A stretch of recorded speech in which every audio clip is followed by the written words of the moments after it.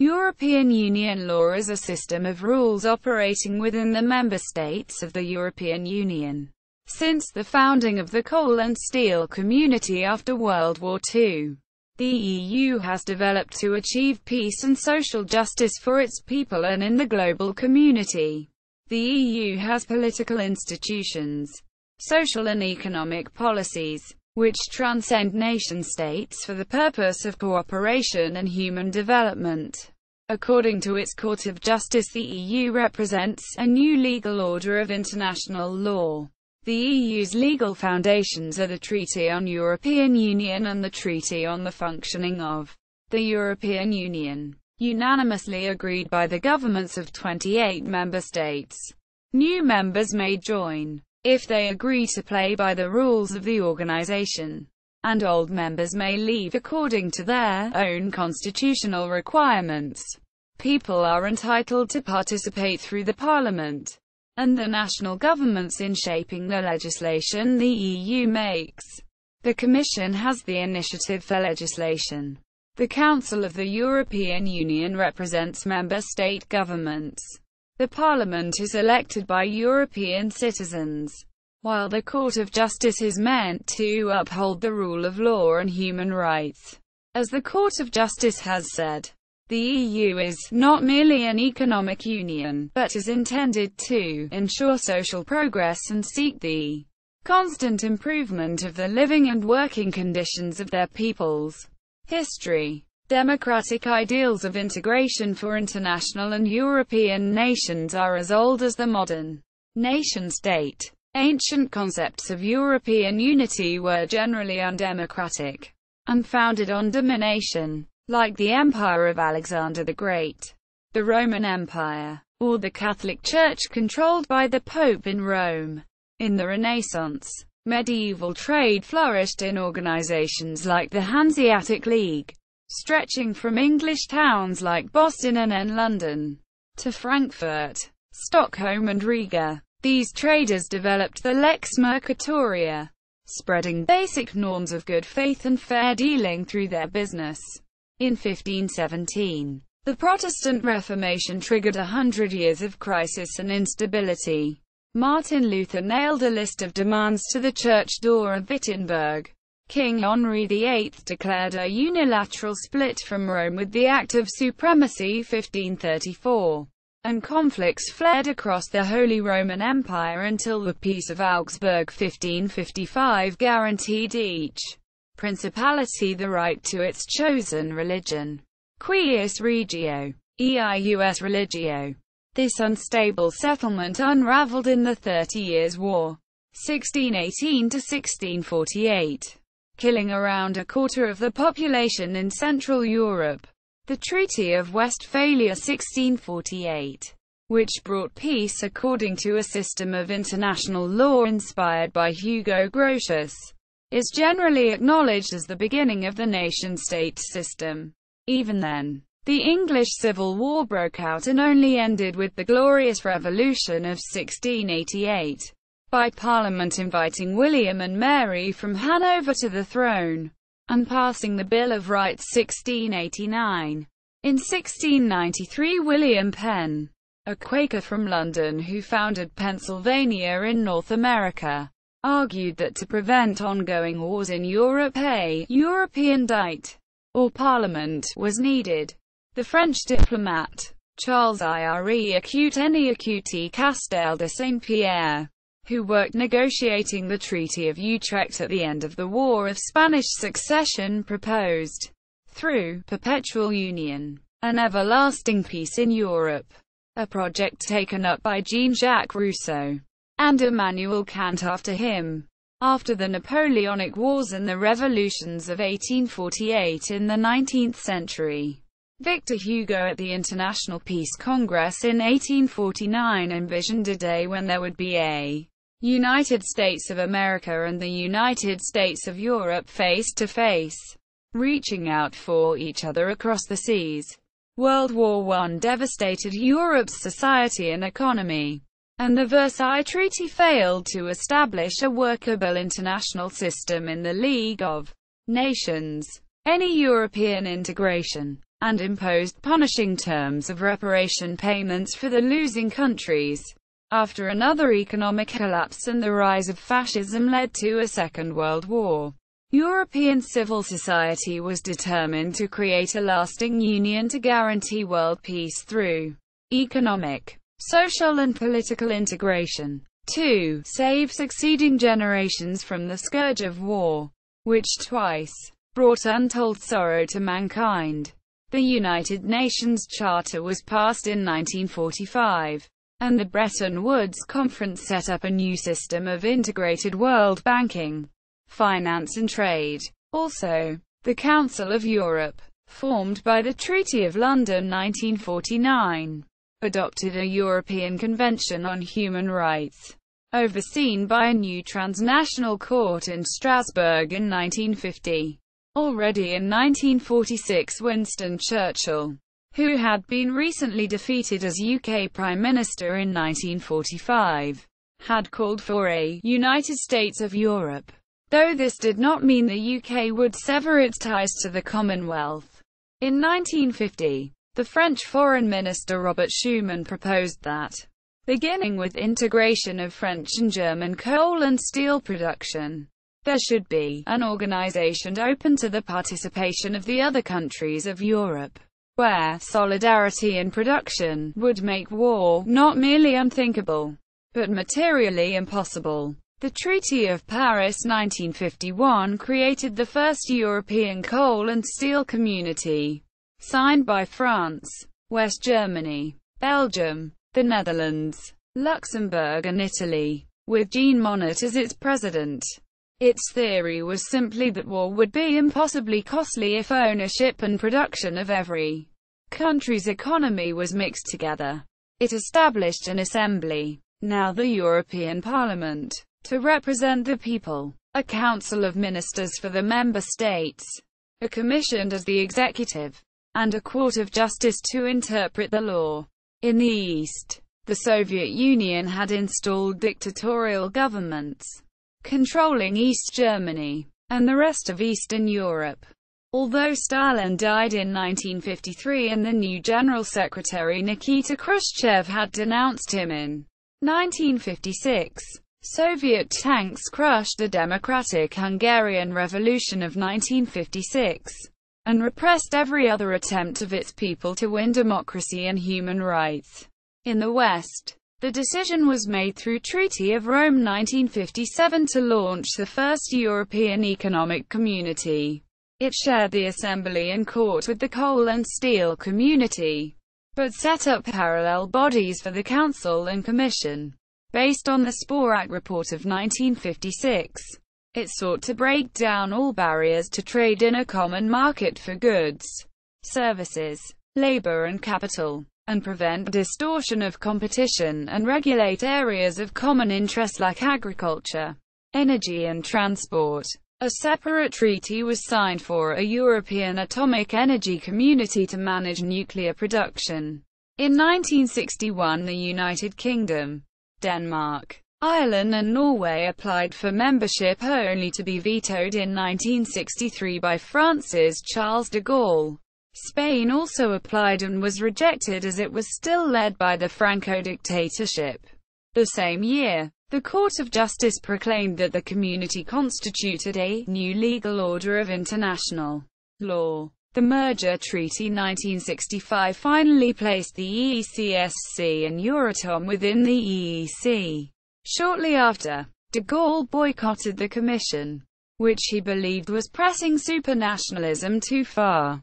The Luxembourg Compromise in 1966 agreed that France, or other countries, could veto issues of very important national interest, particularly relating to the common agricultural policy, instead of making decisions by qualified majority. But after the May 1968 events in France and de Gaulle's resignation, the way was free for the United Kingdom, Ireland and Denmark to join in 1973. Norway had rejected joining in a 1972 referendum, while the UK confirmed its membership in a 1975 referendum. Aside from the European Economic Community itself, the European continent underwent a profound transition towards democracy. The dictators of Greece and Portugal were deposed in 1974, and Spain's dictator died in 1975, enabling their accession in 1981 and 1986. In 1979, the European Parliament had its first direct elections, reflecting a growing consensus that the EEC should be less a union of member states, and more a union of peoples. The Single European Act 1986 increased the number of treaty issues in which qualified majority voting, rather than consensus, would be used to legislate. As a way to accelerate trade integration, the Schengen Agreement of 1985, not initially signed by Italy, the UK, Ireland, Denmark or Greece, allowed movement of people without any border checks. Meanwhile, in 1987, the Soviet Union's Mikhail Gorbachev announced policies of transparency and restructuring. Glasnost in perestroika. This revealed the depths of corruption and waste, and it led protesters in Berlin to begin taking down the Berlin Wall. That triggered the collapse of the Iron Curtain, with most of Eastern Europe declaring independence and moving to hold democratic elections by 1991. The Treaty of Maastricht 1992 renamed the EEC as the European Union, and expanded its powers to include a social chapter, set up a European exchange rate mechanism, and limit government spending. The UK initially opted out of the social provisions, and then monetary union after the Black Wednesday crisis where speculators bet against the pound. Sweden, Finland and Austria joined in 1995, but Norway again chose not to after a 1994 referendum, instead remaining part of the European Economic Area, abiding by most EU law, but without any voting rights. At the Treaty of Amsterdam 1997, with a new Labour government, the UK joined the social chapter. A newly confident EU then sought to expand. First, the Treaty of Nice 2001 made voting weight more proportionate to population. 2 Irish referenda rejected, but then accepted this. Second, the euro currency went into circulation in 2002. Third came the accession of Malta, Cyprus, Slovenia, Poland, the Czech Republic, Slovakia, Hungary, Latvia, Estonia, and Lithuania. Fourth, in 2005 a treaty establishing a constitution for Europe was proposed. This constitution was largely symbolic, but was rejected by referenda in France and the Netherlands. Most of its technical provisions were inserted into the Treaty of Lisbon 2007, without the emotive symbols of federalism or the word constitution. Also in 2007, Bulgaria and Romania joined, over 2007 to 2008, because of the subprime mortgage crisis in the United States and the developing global financial crisis. European banks that had invested in derivatives were put under severe pressure. British, French, German and other governments were forced to nationalize or guarantee their banks' debts. In turn, the Eurozone crisis developed when international investment withdrew and Greece, Spain, Portugal, and Ireland saw international bond markets charge unsustainably high interest rates on government debt. Eurozone governments and staff of the European Central Bank believed that it was necessary to save their banks by taking over Greek debt, and impose austerity and structural adjustment measures on debtor countries. This exacerbated further contraction in the economies. In 2011, 2 new treaties, the European Fiscal Compact and European Stability Mechanism, were signed among Eurozone countries. In 2013, Croatia entered the EU. However, a further crisis was triggered after the UK's Conservative government chose to hold a referendum in 2016, and campaigners for Leave won 51.89% of votes. representing around 27% of the UK population. Constitutional law. Although the European Union does not have a codified constitution, like every political body, it has laws which constitute its basic governance structure. The EU's primary constitutional sources are the Treaty on European Union and the Treaty on the Functioning of the European Union, which have been agreed or adhered to among the governments of all 28 member states. The treaties establish the EU's institutions, list their powers and responsibilities, and explain the areas in which the EU can legislate with directives or regulations. The European Commission has the initiative to propose legislation during the ordinary legislative procedure. The Council, which are ministers from member state governments, and the European Parliament, elected by citizens, can make amendments and must give their consent for laws to pass. The Commission oversees departments and various agencies that execute or enforce EU law. The European Council, rather than the Council, made up of different government ministers, is composed of the prime ministers or executive presidents of the member states. It appoints the commissioners and the board of the European Central Bank. The European Court of Justice is the supreme judicial body which interprets EU law and develops it through precedent. The court can review the legality of the EU institutions' actions in compliance with the treaties. It can also decide upon claims for breach of EU laws from member states and citizens. Treaties. The Treaty on European Union, TEU, and the Treaty on the Functioning of the European Union, TFEU, are the two main sources of EU law, representing agreements between all member states. The TEU focuses more on principles of democracy, human rights, and summarizes the institutions, while the TFEU expands on all principles and fields of policy in which the EU can legislate. In principle, the EU treaties are like any other international agreement, which will usually be interpreted according to principles codified by the Vienna Convention 1969. It can be amended by unanimous agreement at any time, but TEU itself, in Article 48, sets out an amendment procedure through proposals via the Council and a Convention of National Parliament Representatives.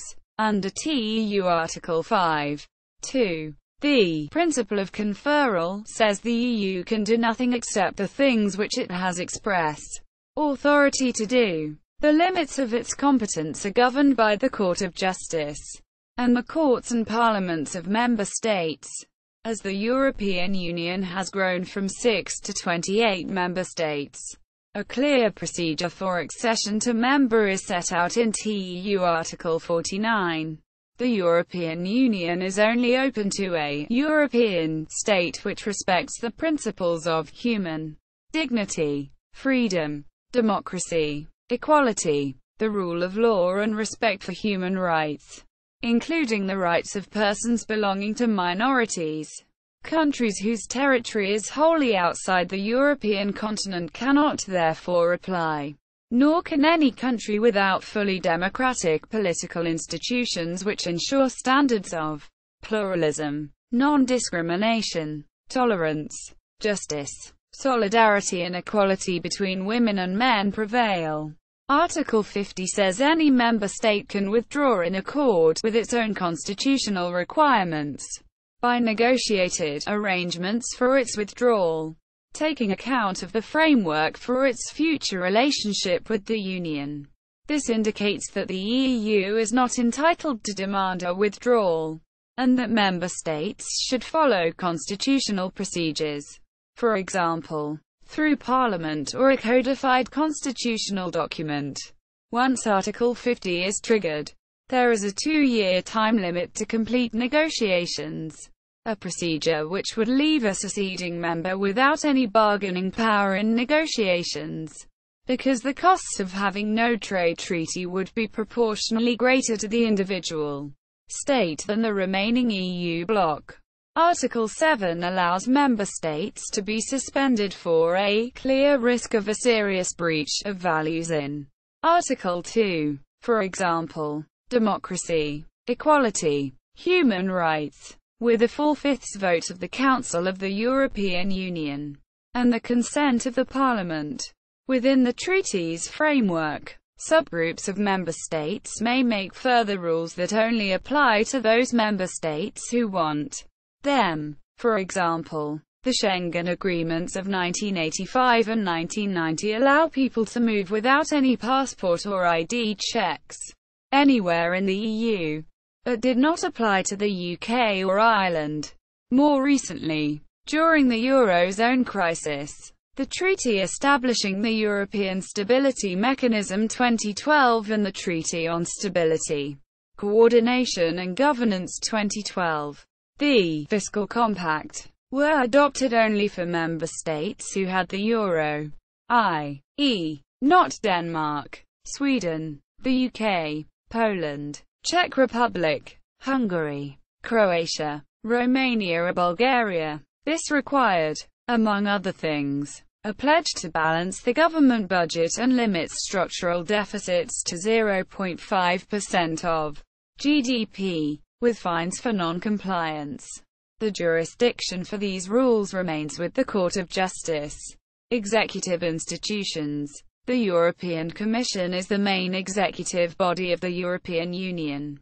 Article 17(1) of the Treaty on European Union states the Commission should promote the general interest of the Union, while Article 17(3) adds that commissioners should be completely independent, and not take instructions from any government. Under Article 17(2), Union legislative acts may only be adopted on the basis of a Commission proposal, except where the treaties provide otherwise.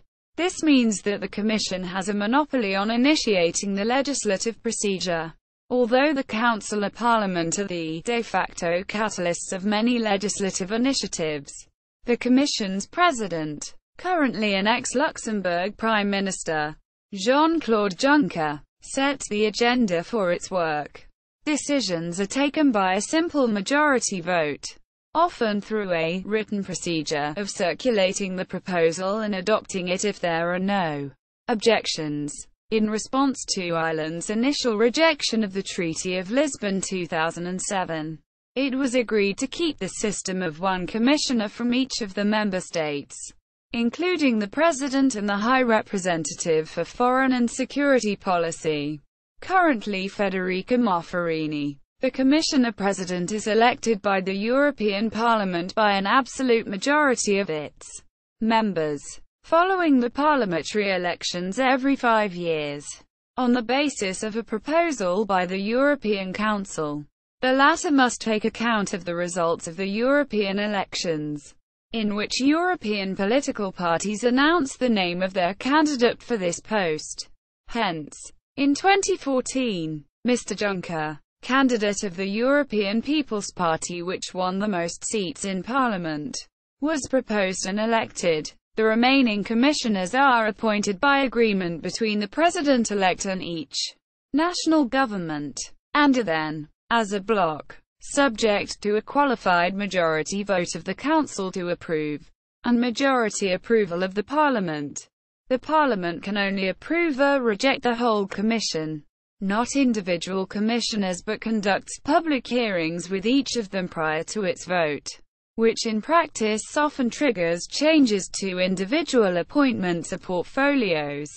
TFEU Art 248 says the President may reshuffle commissioners, though this is uncommon, without member state approval. A proposal that the commissioners be drawn from the elected Parliament was not adopted in the Treaty of Lisbon, though in practice several invariable are relinquishing their seat in order to serve. Commissioners have various privileges, such as being exempt from member state taxes, but not EU taxes, and having immunity from prosecution for doing official acts. Commissioners have sometimes been found to have abused their offices, particularly since the Santa Commission was censured by Parliament in 1999, and it eventually resigned due to corruption allegations. This resulted in one main case, Commission v Edith Cresson, where the European Court of Justice held that a commissioner giving her dentist a job, for which he was clearly unqualified, did in fact not break any law. By contrast to the ECJ's relaxed approach, a committee of independent experts found that a culture had developed where few commissioners had even the slightest sense of responsibility. This led to the creation of the European Anti-Fraud Office. In 2012 it investigated the Maltese Commissioner for Health, John Dalli, who quickly resigned after allegations that he received a €60 million bribe in connection with a tobacco products directive. Beyond the Commission, the European Central Bank has relative executive autonomy in its conduct of monetary policy for the purpose of managing the euro. It has a six-person board appointed by the European Council.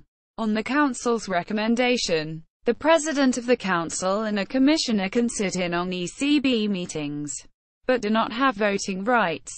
Legislature. The Parliament and the Council of the European Union form the European Union's bicameral legislature, while the Commission has a monopoly on initiating, i.e., proposing, legislation. The European Parliament and the Council of the European Union adopt it, or not, including the right to amend it during the legislative process.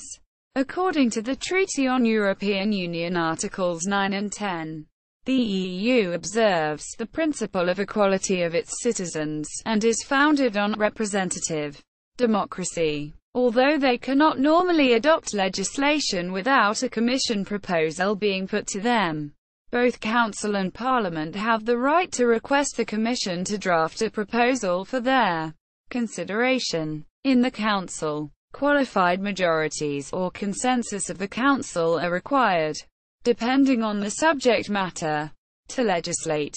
The Parliament is elected every 5 years by direct universal suffrage, with every member state using proportional representation. Seats are allocated in function of the size of each country, but with a slight bias towards smaller member states. Digressive proportionality, therefore not quite according to the principle of equality of its citizens. Under the original Treaty of Rome, the Parliament was given only a consultative role.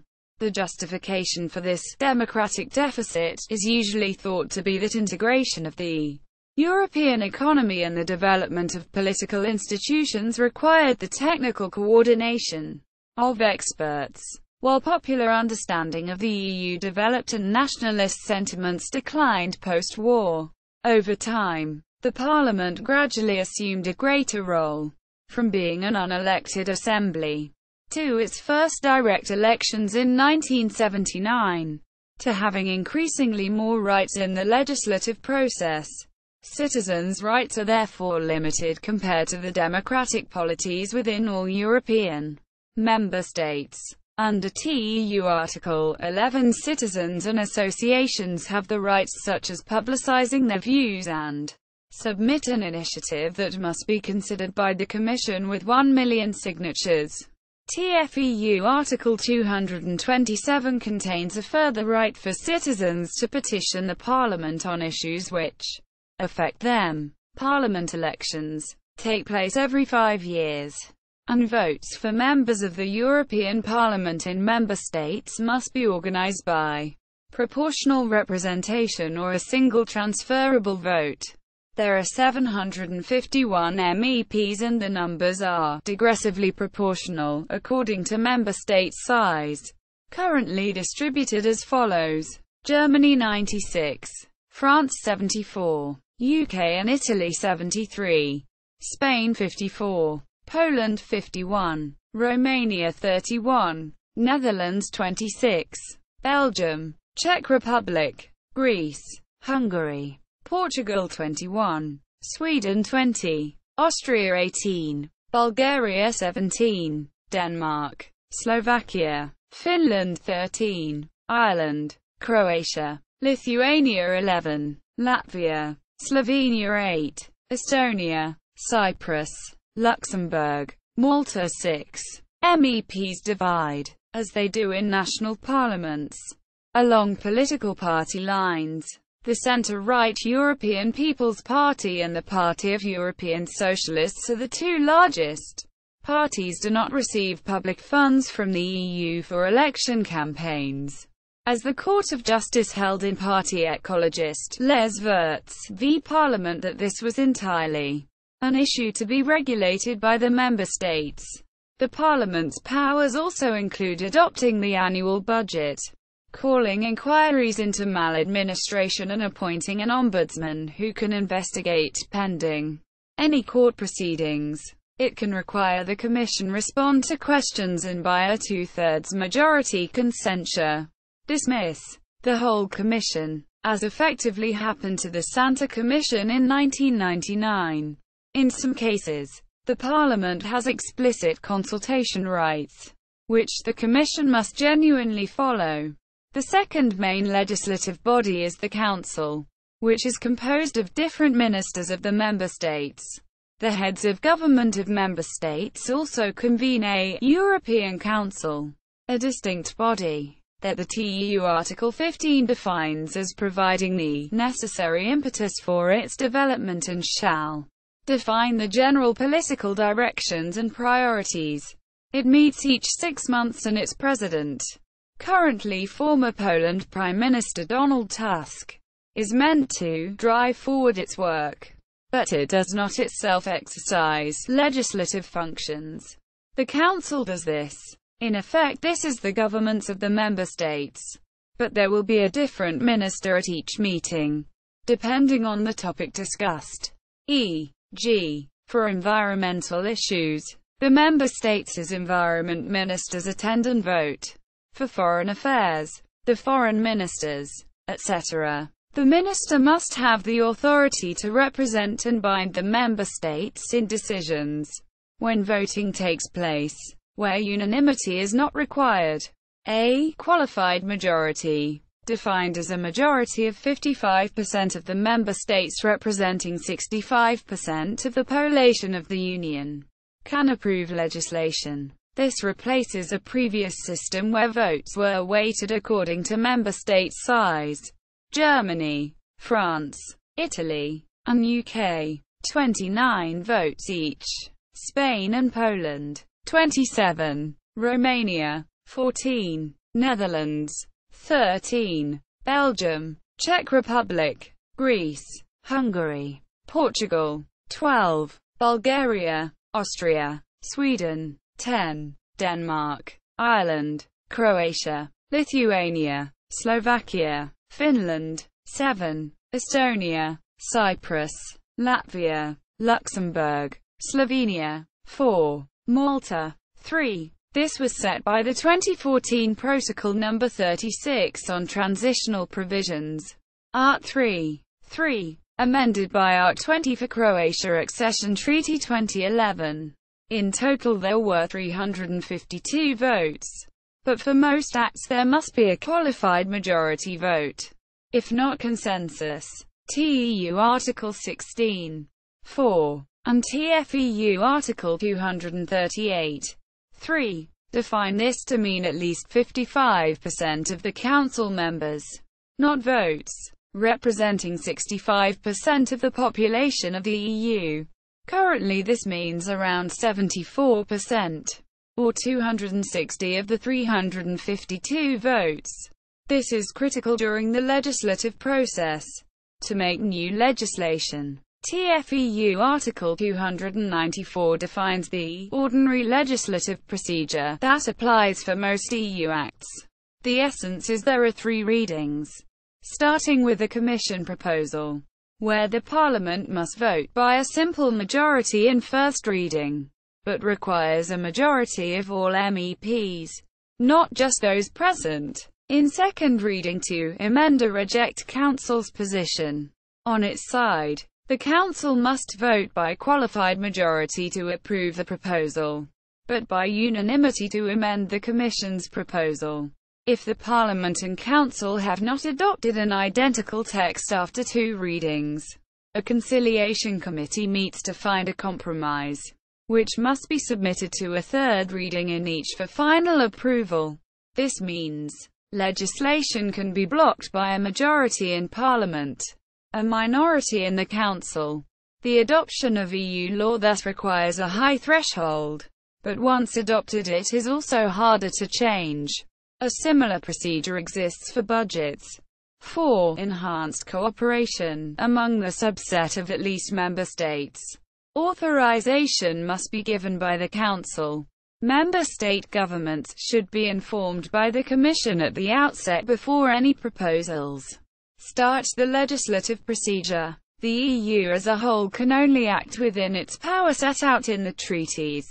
TEU Articles 4 and 5 state that powers remain with the member states unless they have been conferred. Although there is a debate about the competence question, who ultimately has the competence to define the EU's competence as regards the basic treaties, that lies with the member states by mutual agreement and ratification.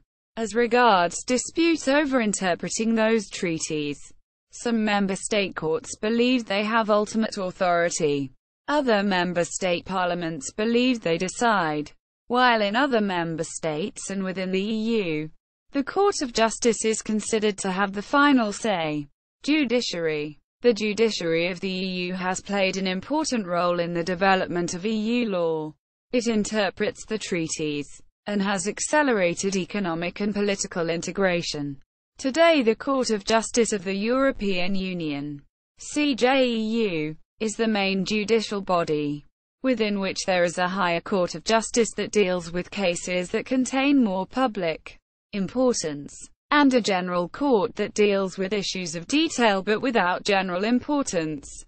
There is also a civil service tribunal to deal with EU staff issues, and then a separate court of auditors. Under the Treaty on European Union Article 19. 2. There is one judge from each member state in the Court of Justice and General Court.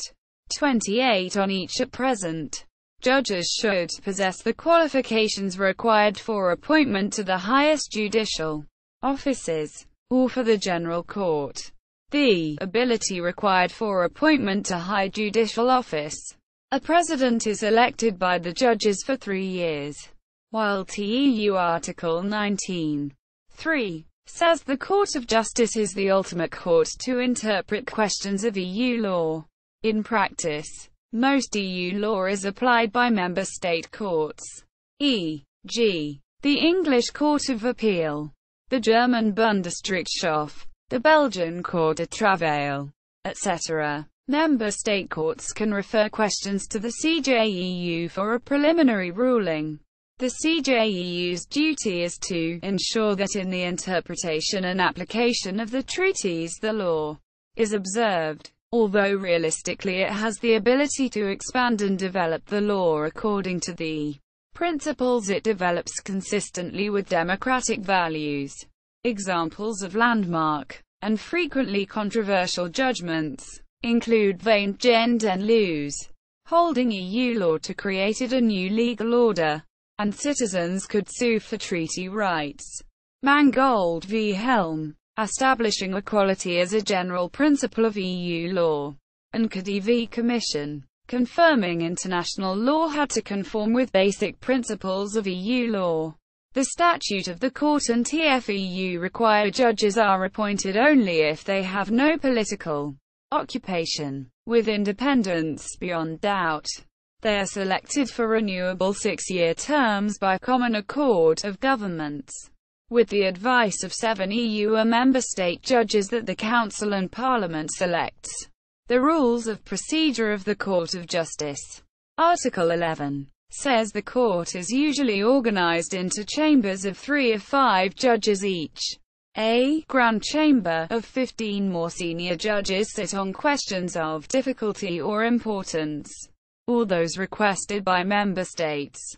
The court's president and vice president are elected by other judges for renewable 3-year terms by secret ballot. judges can only be dismissed if all other judges and advocate generals unanimously agree. Advocate generals are appointed by the court to give reasoned submissions on cases, especially involving new points of law.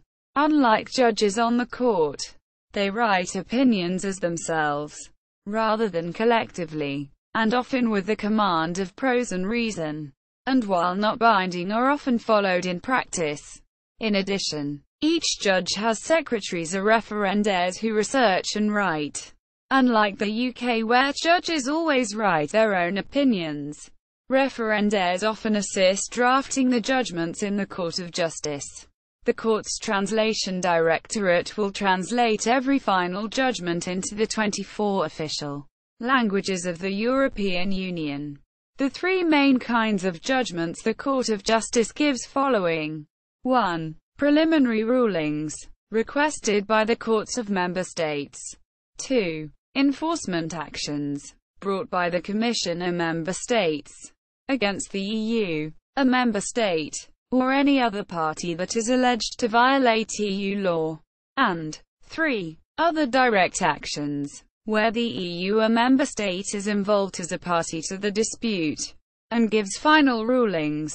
The rules of procedure of the Court of Justice, modeled on the International Court of Justice, begin with submission of written cases to the court, followed by a short oral hearing.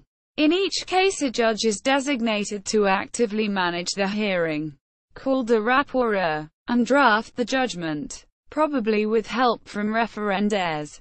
The court always deliberates and votes before the final opinion is written and published. Cases in the General Court can be appealed to the Court of Justice on points of law, while there is no formal appeal procedure from the Court of Justice. In practice its actions are subject to scrutiny by both the Supreme Courts of member states and the European Court of Human Rights, even if the final balance of power is unresolved. Conflict of laws. Since its founding, the EU has operated among an increasing plurality of national and globalizing legal systems. This has meant both the European Court of Justice and the highest national courts have had to develop principles to resolve conflicts of laws between different systems within the EU itself. The Court of Justice's view is that if EU law conflicts with a provision of national law, then EU law has primacy. In the first major case in 1964, Costa v. Enel, a Milanese lawyer and former shareholder of an energy company named Mr. Costa refused to pay his electricity bill to Enel, as a protest against the nationalization of the Italian energy corporations. He claimed the Italian nationalization law conflicted with the Treaty of Rome, and requested a reference be made to both the Italian Constitutional Court and the Court of Justice under TFEU Article 267. The Italian Constitutional Court gave an opinion that because the nationalization law was from 1962, and the treaty was in force from 1958, Costa had no claim. By contrast, the Court of Justice held that ultimately the Treaty of Rome in no way prevented energy nationalization, and in any case under the treaty provisions only the Commission could have brought a claim, not Mr. Costa. However, in principle, Mr. Costa was entitled to plead that the treaty conflicted with national law, and the court would have a duty to consider his claim to make a reference if there would be no appeal against its decision. The Court of Justice, repeating its view in Van Gent en Loos, said member states have limited their sovereign rights, albeit within limited fields, and have thus created a body of law which binds both their nationals and themselves on the basis of reciprocity. EU law would not be overridden by domestic legal provisions, however framed, without the legal basis of the community itself being called into question. This meant any subsequent unilateral act of the member state inapplicable. Similarly, in Amministrazione del Finanze v. Cimental S.p.A., a company, Cimental S.p.A., claimed that a public health inspection fee under an Italian law of 1970 for importing beef from France to Italy was contrary to two regulations from 1964 and 1968, in accordance with the principle of the precedence of community law, said the Court of Justice. The directly applicable measures of the institutions, such as the regulations in the case, render automatically inapplicable any conflicting provision of current national law. This was necessary to prevent a corresponding denial of treaty obligations undertaken unconditionally and irrevocably by member states that could imperil the very foundations of the EU. But despite the views of the Court of Justice, the national courts of member states have not accepted the same analysis. Generally speaking, while all member states recognize that EU law takes primacy over national law where this agreed in the treaties, they do not accept that the Court of Justice has the final say on foundational constitutional questions affecting democracy and human rights. In the United Kingdom, the basic principle is that Parliament, as the sovereign expression of democratic legitimacy, can decide whether it wishes to expressly legislate against EU law. This, however, would only happen in the case of an express wish of the people to withdraw from the EU. It was held in R. Factitame Limited v. Secretary of State for Transport that, whatever limitation of its sovereignty Parliament accepted when it enacted the European Communities Act 1972 was entirely voluntary, and so, it has always been clear that UK courts have a duty to override any rule of national law found to be in conflict with any directly enforceable rule of community law. More recently, the UK Supreme Court noted that in R. HS2 Action Alliance Limited v. Secretary of State for Transport, although the UK Constitution is uncodified, there could be fundamental principles of common law, and Parliament did not either contemplate or authorize the abrogation of those principles when it enacted the European Communities Act 1972. The view of the German Constitutional Court from the Solange I and Solange II decisions is that if the EU does not comply with its basic constitutional rights and principles, particularly democracy, the rule of law and the social state principles, then it cannot override German law. However, as the nicknames of the judgments go, so long as the EU works towards the democratization of its institutions, and has a framework that protects fundamental human rights, it would not review EU legislation for compatibility with German constitutional principles. Most other member states have expressed similar reservations. This suggests the EU's legitimacy rests on the ultimate authority of member states, its factual commitment to human rights, and the democratic will of the people, as opposed to the member states. The relation of EU law and international law is debated, particularly relating to the European Convention on Human Rights and the United Nations. All EU member states are party to both organizations through international treaties. The Treaty on European Union Article 6.2 required the EU to accede to the ECHR, but would not affect the Union's competences as defined in the treaties. This was thought necessary before the Treaty of Lisbon 2007 to ensure that the EU gave adequate protection to human rights, overseen by the External European Court of Human Rights in Strasbourg. However, in Opinion 2/13, after a request by the Commission to review their plan to accede, the Court of Justice in Luxembourg produced 5 main reasons why it felt that the accession agreement as it stood was incompatible with the treaties. The reasoning was regarded by a majority of commentators as thinly veiled attempt of the Court of Justice to clutch onto its own power. But it has meant the Commission is redrafting a new accession agreement under TEU Articles 3, 5, 21, 34 and 42. The EU must also respect the principles of the United Nations Charter. After the September 11 attacks on the World Trade Center in New York City, the UN Security Council adopted a resolution to freeze the assets of suspected terrorists linked to Osama bin Laden. This included a Saudi national, Mr. Kadhi. Sweden froze his assets pursuant to an EU regulation, which gave effect to the UN Security Council resolution. In Kadhi v. Commission, Mr. Kadhi claimed there was no evidence that he was connected to terrorism, and he had not had a fair trial. A fundamental human right.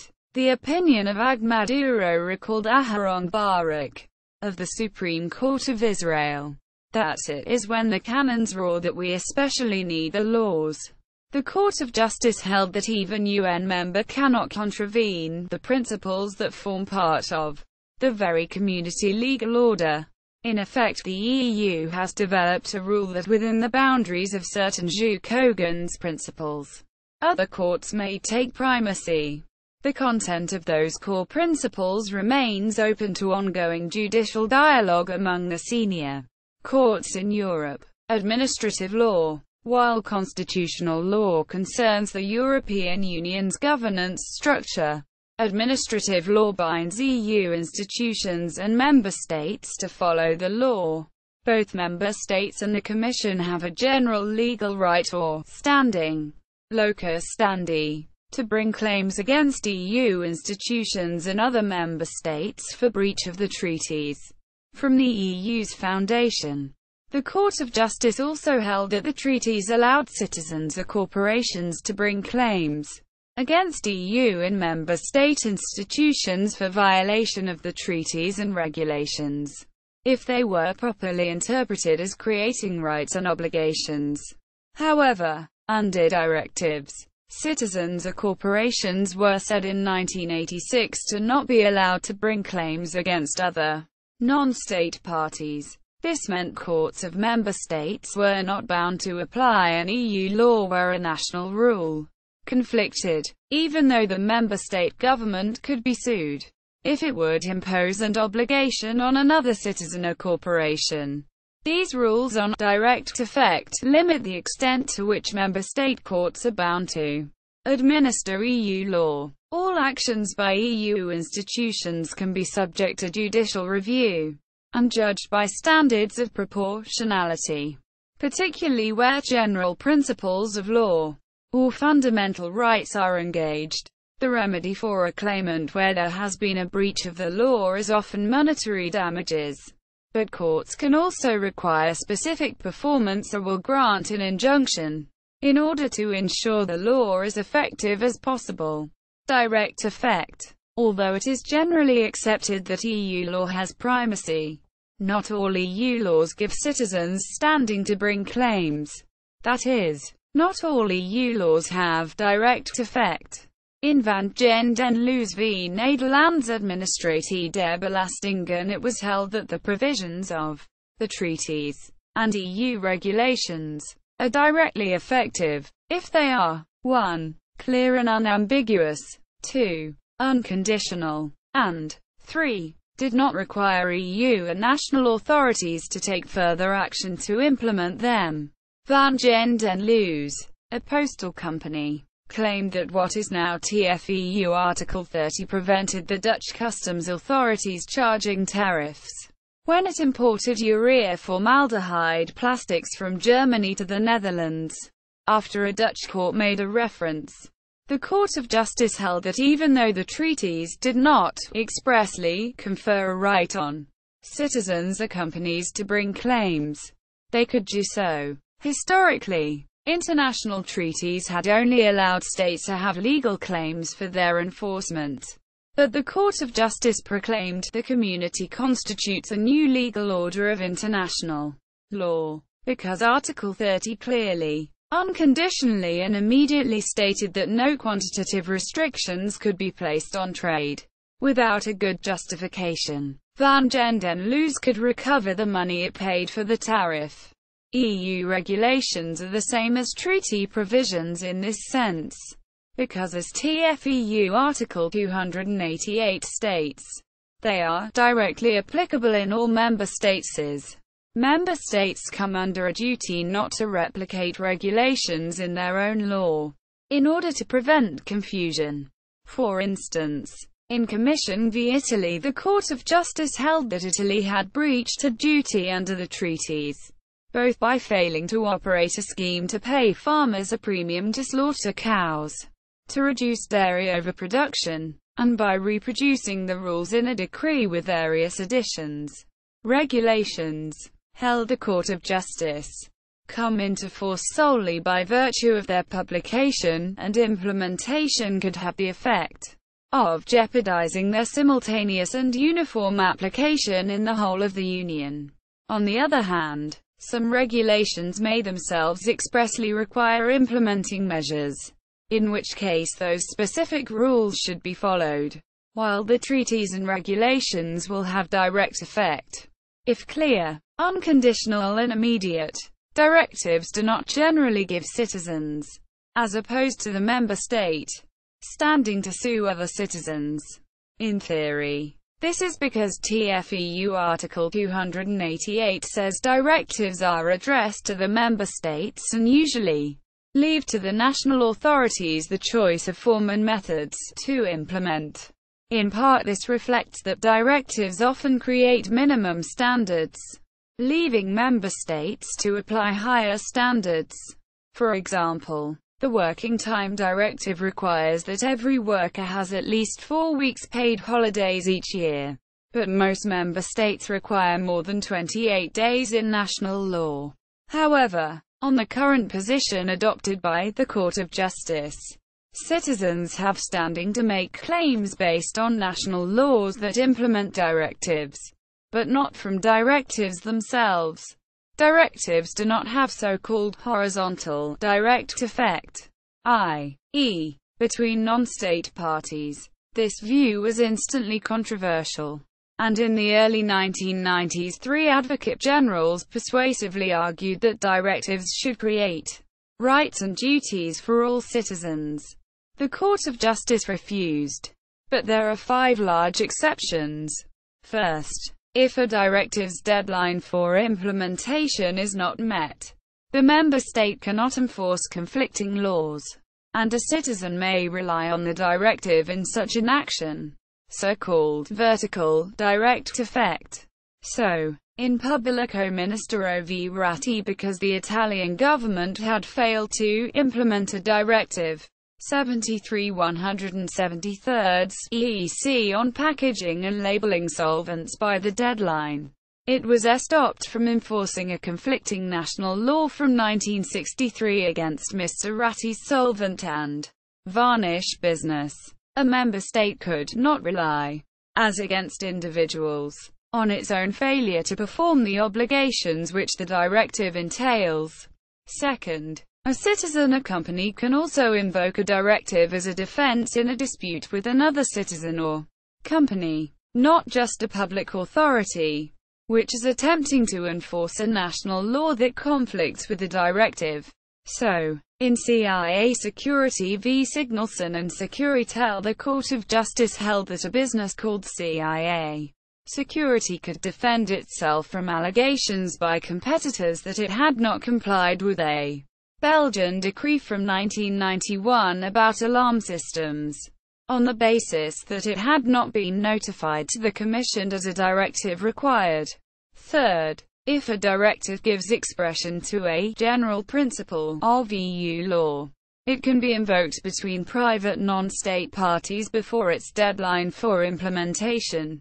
This follows from Kukuk-Devici v. Swedish GmbH and Co. KG, where the German Civil Code section 622 stated that the years people worked under the age of 25 would not count towards the increasing statutory notice before dismissal. Ms. Kukuk-Devici worked for 10 years, from age 18 to 28, for Swedish GmbH and Co. KG before her dismissal.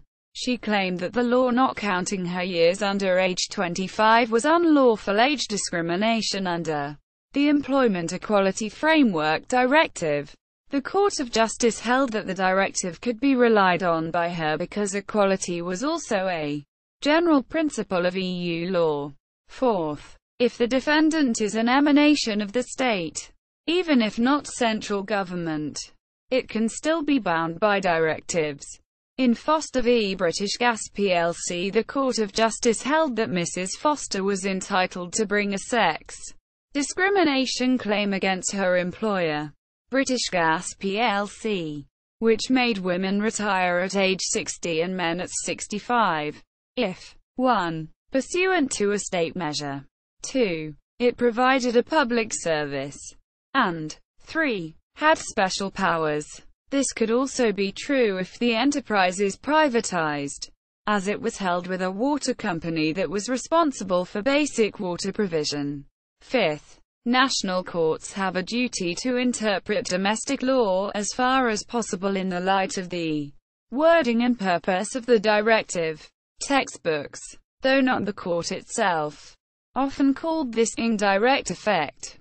In Marlesing Sa v. La Commercial Sa, the Court of Justice held that a Spanish court had to interpret its general civil code provisions on contracts lacking cause or defrauding creditors to conform with the first Company Law Directive Article 11, that required incorporations would only be nullified for a fixed list of reasons. The Court of Justice quickly acknowledged that the duty of interpretation cannot contradict plain words in a national statute. But, if a member state has failed to implement a directive, a citizen may not be able to bring claims against other non-state parties. It must instead sue the member state itself for failure to implement the law. In sum, the Court of Justice's position on direct effect means that governments and taxpayers must bear the cost of private parties, mostly corporations, for refusing to follow the law. References and remedies. Litigation often begins and is resolved by member state courts. They interpret and apply EU law, and award remedies of compensation and restitution, remedying losses, stripping gains, injunctions and specific performance, making somebody stop or do something. If, however, the position in EU law appears unclear, member state courts can refer questions to the Court of Justice for a preliminary ruling on EU law's proper interpretation. TFEU Article 267 says court may refer if it considers this is necessary to enable it to give judgment, and shall bring the matter before the court if there is no possibility for further appeal and remedy. Any court or tribunal of a member state can refer. This is widely interpreted. It obviously includes bodies like the UK Supreme Court, a High Court, or an employment tribunal. In Varzan v. Beampton Fonds Mynbedriaf, the Court of Justice also held that a mining worker pension arbitration tribunal could make a reference.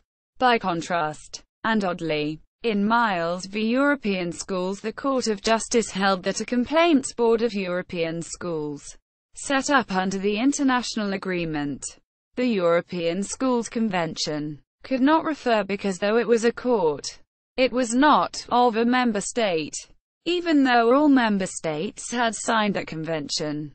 On the other side, courts and tribunals are theoretically under a duty to refer questions. In the UK, for example, Lord Denning-Mister considered it appropriate to refer if the outcome of a case depended on a correct answer, and the civil procedure rules entitle the High Court to refer at any stage of proceedings. The view of the Court of Justice in the leading case, CILFITV Ministry of Health, is that a national court has no duty to refer if the law is a clear rule, or so obvious as to leave no scope for any reasonable doubt as to the manner in which the question raised is to be resolved. In Kenny Roland Lyckerskog, the Court of Justice held that the duty to refer existed for the Swedish Court of Appeal, the Hovrätt, since Sweden's Supreme Court, Högsta domstol, had to give permission for appeals to continue. The practical difficulty is that judges differ on their views of whether or not the law is clear. In a significant case, Three Rivers DCV Governor of the Bank of England, the UK House of Lords felt confident that it was clear under the first banking directive that depositors did not have direct rights to sue the Bank of England for alleged failure to carry out adequate prudential regulation. The Lordships highlighted that while some uncertainty might exist, the costs of delay in making a reference outweighed the benefits from total certainty. By contrast, in Parking I Limited v. Beavis, a majority of the Supreme Court apparently felt able to declare that the law under unfair terms in Consumer Contracts Directive was ACTE clear, and declined to make a reference, even though a senior law lord delivered a powerfully reasoned dissent. However, in addition to a reluctance to make references, a general skepticism has grown among senior member state judiciaries of the mode of reasoning used by the Court of Justice. The UK Supreme Court in R. HS2 Action Alliance Limited v. Secretary of State for Transport devoted large parts of its judgment to criticism. In its view, an unpredictable, teleological mode of reasoning which could decrease confidence in maintaining a dialogue within a plural and transnational judicial system. It added that it might not interpret the European Communities Act 1972 to abridge basic principles and understanding of constitutional functioning, in effect implying that it might decline to follow unreasonable Court of Justice judgments on important issues. Similarly, the German Constitutional Court in the outright monetary transactions case referred a question for preliminary ruling on whether the European Central Bank's plan to buy Greek and other government bonds on secondary markets, despite the treaty prohibition on buying them directly, was unlawful. In a highly unusual move, the two most senior judges dissented that the ECB's plan could be lawful, while the majority closely guided the Court of Justice on the appropriate mode of reasoning. If references are made, the Court of Justice will give a preliminary ruling, in order for the member state court to conclude the case and award a remedy. The right to an effective remedy is a general principle of EU law, enshrined in the Charter of Fundamental Rights Article 47. Most of the time regulations and directives will set out the relevant remedies to be awarded, or they will be construed from the legislation according to the practices of the member state. It could also be that the government is responsible for failure to properly implement a directive or regulation, and must therefore pay damages.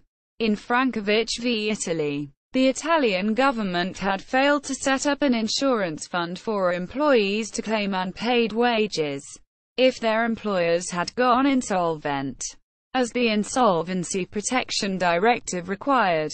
Frankovic, the former employee of a bankrupt Venetian firm, was therefore allowed to claim 6 million lire from the Italian government in damages for his loss.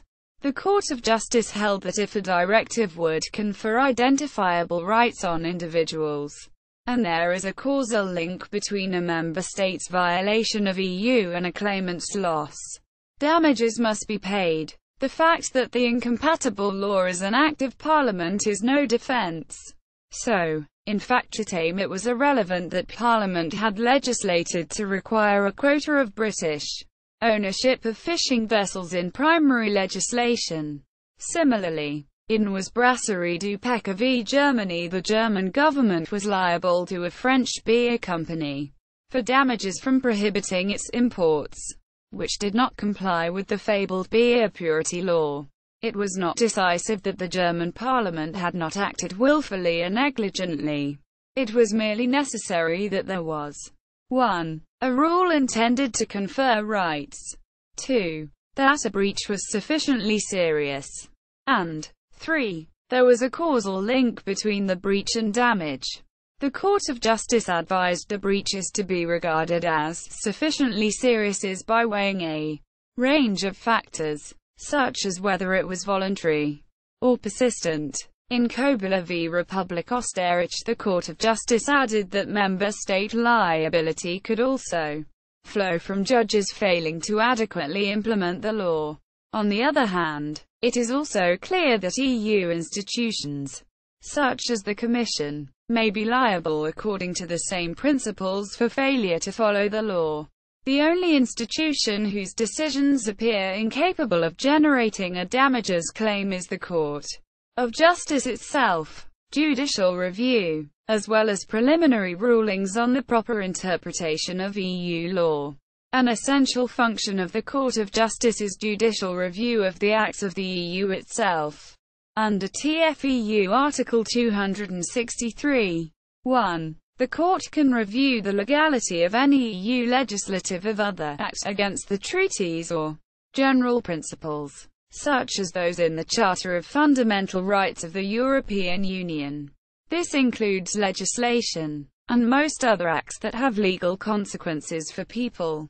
For example, in Société Anonyme Cementeries CBR Cementsbedrijven NVV Commission, the Commission made a decision to withdraw an assurance to a Dutch cement company that it would be immune from competition law fines for vertical agreements. The cement company challenged the decision, and the Commission argued this was not really an act, and so could not be challenged.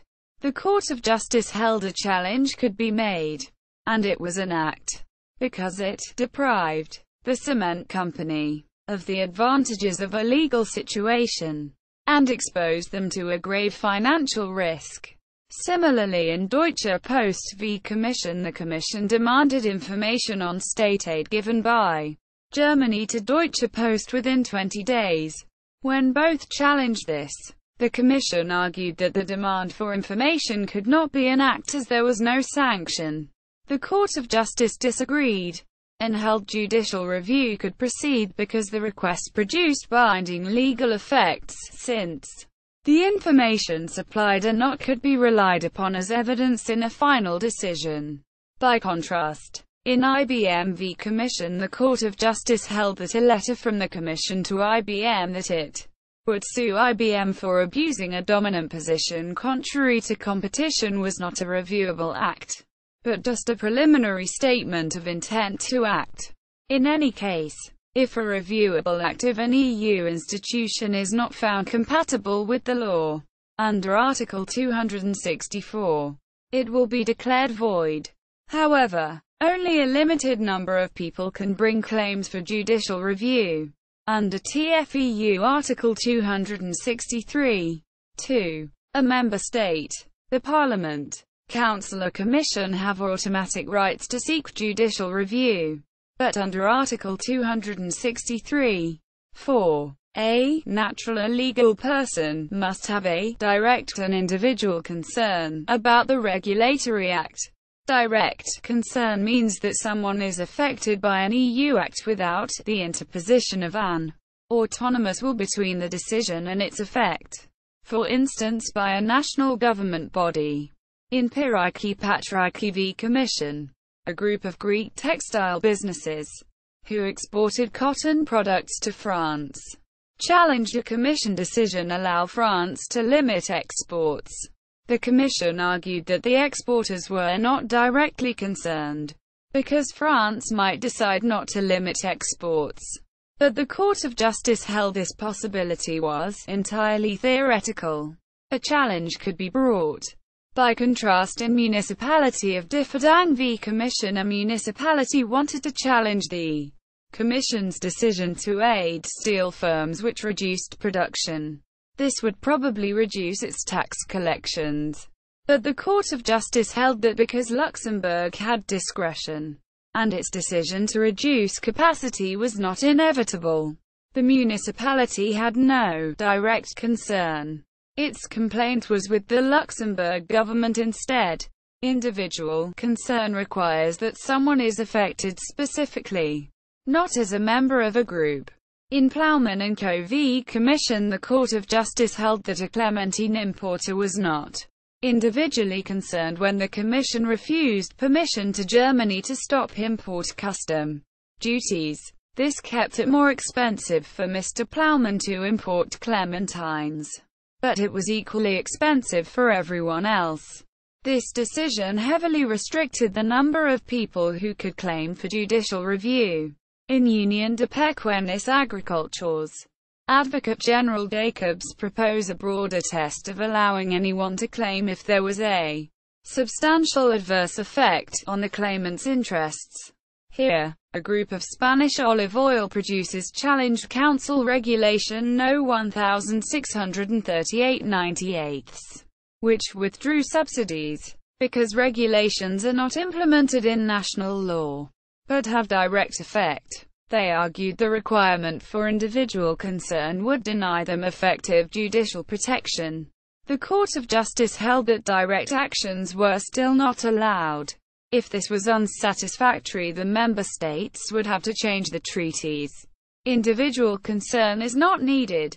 However, under Article 263(4), if an act is not legislation, but just a regulatory act, in Inuit Tapiriite Kanatami v. Parliament and Council, the Court of Justice affirmed that a regulation does not count as a regulatory act within the treaty's meaning. It is only meant for acts of lesser importance. Here, a Canadian group representing the Inuit people wished to challenge a regulation on seal products, but were not allowed. They would have to show both direct and individual concern as normal. Thus, without a treaty change, EU administrative law remains one of the most restrictive in Europe. Human rights and principles. Although access to judicial review is restricted for ordinary questions of law, the Court of Justice has gradually developed a more open approach to standing for human rights. Human rights have also become essential in the proper interpretation and construction of all EU law. If there are two or more plausible interpretations of a rule, the one which is most consistent with human rights should be chosen. The Treaty of Lisbon 2007 made rights underpin the Court of Justice's competence, and required the EU's accession to the European Convention on Human Rights, overseen by the external Strasbourg Court. Initially, reflecting its primitive economic nature, the treaties made no reference to rights.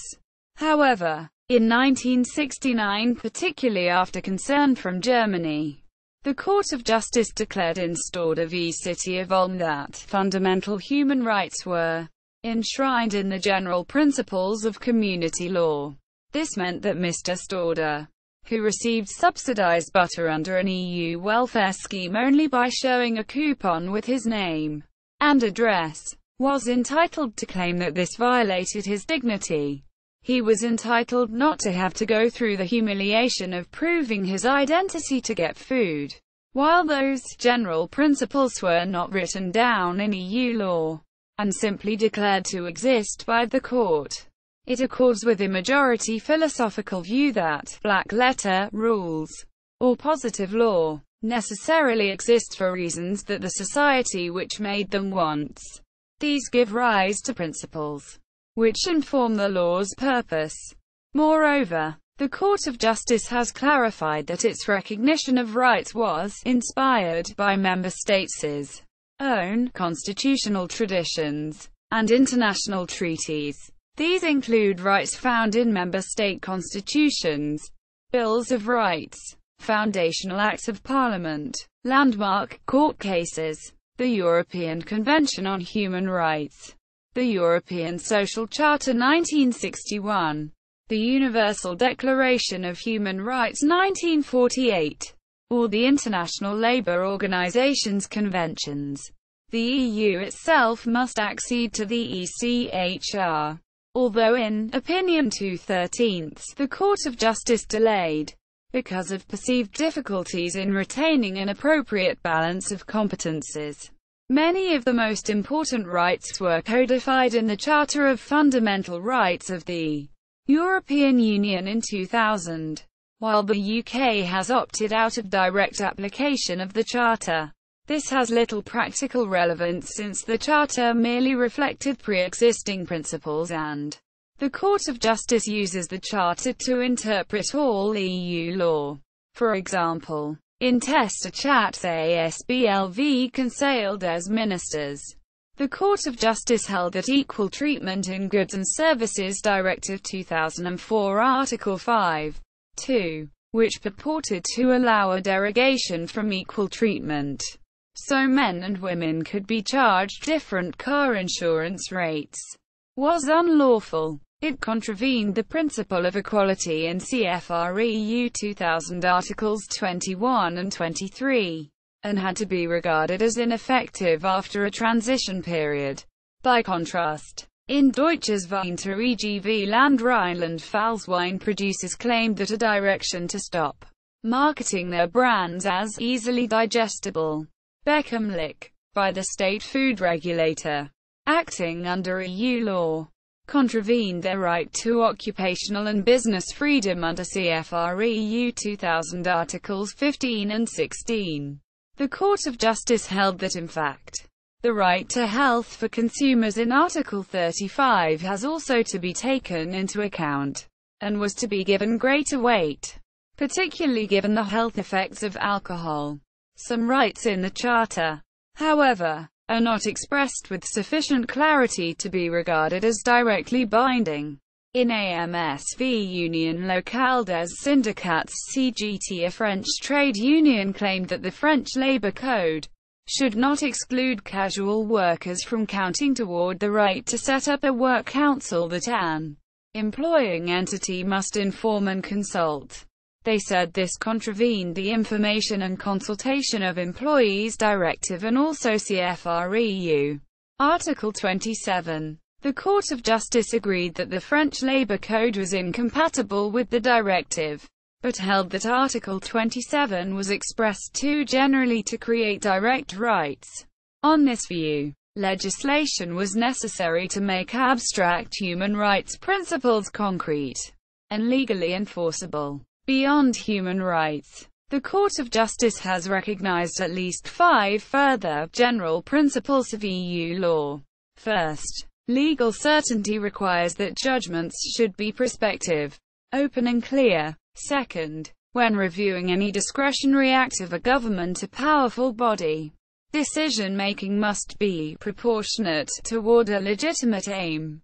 For example, if a government wishes to change an employment law in a neutral way, yet this could have disproportionate negative impact on women rather than men, the government must show a legitimate aim, and that its measures are 1. Appropriate or suitable for achieving it, 2. Do no more than necessary, and 3. Reasonable in balancing the conflicting rights of different parties.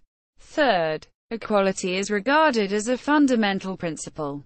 This matters particularly for labor rights, political rights, and access to public or private services. Fourth, the right to a fair hearing was declared a general principle, though admittedly this is amply reflected in most human rights instruments. Fifth, there is a general principle of professional privilege between lawyers and clients. The categories of general principle are not closed, and may develop according to the social expectations of people living in Europe. Free movement and trade. While the social market economy concept was only put into EU law in 2007, free movement and trade were central to European development since the Treaty of Rome 1957. The standard theory of comparative advantage says two countries can both benefit from trade even if one of them has a less productive economy in all respects, like the North American Free Trade Association or the World Trade Organization. EU law breaks down barriers to trade by creating rights to free movement of goods, services, labor and capital. This is meant to reduce consumer prices and raise living standards. Early theorists argued a free trade area would give way to a customs union, which led to a common market, then monetary union, then union of monetary and fiscal policy, and eventually a full union characteristic of a federal state. But in Europe those stages were mixed, and it is unclear whether the end game should be the same as a state. Free trade without fair trade rights that EU law protects, can benefit some groups within countries, particularly big business, more than others, and disadvantages people who lack bargaining power in an expanding market, particularly workers, consumers, small business, developing industries, and communities. The Treaty on the Functioning of the European Union Articles 28 to 37 establish the principle of free movement of goods in the EU, while Articles 45 to 66 require free movement of persons, services and capital. These four freedoms were thought to be inhibited by physical barriers, e.g., customs, technical barriers, e.g., differing laws on safety, consumer or environmental standards, and fiscal barriers, e.g., different value-added tax rates. Free movement and trade is not meant to be a license for unrestricted commercial profit. Increasingly, the treaties and the Court of Justice aim to ensure free trade serves higher values such as public health, consumer protection, labor rights, fair competition, and environmental improvement. Goods. Free movement of goods within the European Union is achieved by a customs union and the principle of non-discrimination. The EU manages imports from non-member states. Duties between member states are prohibited, and imports circulate freely. In addition, under the Treaty on the Functioning of the European Union Article 34, quantitative restrictions on imports and all measures having equivalent effects shall be prohibited between member states. In Procureur du Roi v Dassenville, the Court of Justice held that this rule meant all trading rules that are enacted by member states which could hinder trade, directly or indirectly, actually or potentially, would be caught by Article 34. This meant that a Belgian law requiring Scotch whisky imports to have a certificate of origin was unlikely to be lawful. It discriminated against parallel importers like Mr. Dassenville, who could not get certificates from authorities in France, where they bought the Scotch. This wide test, to determine what could potentially be an unlawful restriction on trade, applies equally to actions by quasi-government bodies, such as the former Buy Irish company that had government appointees. It also means states can be responsible for private actors. For instance, in Commission v France, French farmer vigilantes were continually sabotaging shipments of Spanish strawberries, and even Belgian tomato imports. France was liable for these hindrances to trade because the authorities manifestly and persistently abstained from preventing the sabotage. Generally speaking, if a member state has laws or practices that directly discriminate against imports or exports under TFEU Article 35, then it must be justified under Article 36. The justifications include public morality, policy or security, protection of health and life of humans, animals or plants, national treasures, of artistic, historic or archaeological value, and industrial and commercial property. In addition, although not clearly listed, environmental protection can justify restrictions on trade as an overriding requirement derived from TFEU Article 11. More generally, it has been increasingly acknowledged that fundamental human rights should take priority over all trade rules. So, in Schmidberger v. Austria, the Court of Justice held that Austria did not infringe Article 34 by failing to ban a protest that blocked heavy traffic passing over the A13 Brenner Autobahn en route to Italy. Although many companies, including Mr. Schmidberger's German undertaking, were prevented from trading, the Court of Justice reasoned that freedom of association is one of the fundamental pillars of a democratic society, against which the free movement of goods had to be balanced, and was probably subordinate. If a member state does appeal to the Article 36 justification, the measures it takes have to be applied proportionately. This means the rule must be pursue a legitimate aim and 1. Be suitable to achieve the aim. 2. Be necessary, so that a less restrictive measure could not achieve the same result. And 3. Be reasonable in balancing the interests of free trade with interests in Article 36.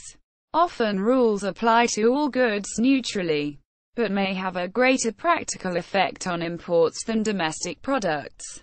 For such indirect, discriminatory, or indistinctly applicable measures, the Court of Justice has developed more justifications, either those in Article 36, or additional, mandatory, or overriding requirements such as consumer protection, improving labor standards, protecting the environment, press diversity, fairness in commerce, and more. The categories are not closed.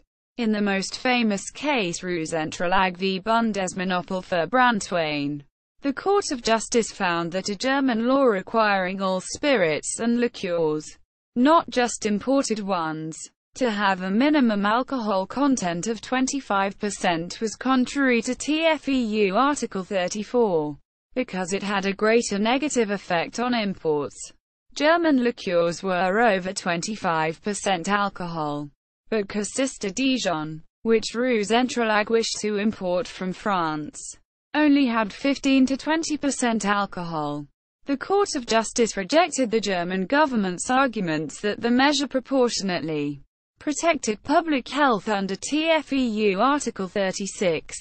Because stronger beverages were available and adequate labeling would be enough for consumers to understand what they bought. This rule primarily applies to requirements about a product's content or packaging. In Walter Rau Lebensmittelwerke wie der SMEDTPVBA, the Court of Justice found that a Belgian law requiring all margarine to be in cube-shaped packages infringed Article 34, and was not justified by the pursuit of consumer protection. The argument that Belgians would believe it was butter if it was not cube-shaped was disproportionate. It would considerably exceed the requirements of the object in view, and labeling would protect consumers just as effectively. In a 2003 case, Commission v. Italy, Italian law required that cocoa products that included other vegetable fats could not be labeled as chocolate. It had to be chocolate substitute. All Italian chocolate was made from cocoa butter alone. But British, Danish and Irish manufacturers used other vegetable fats.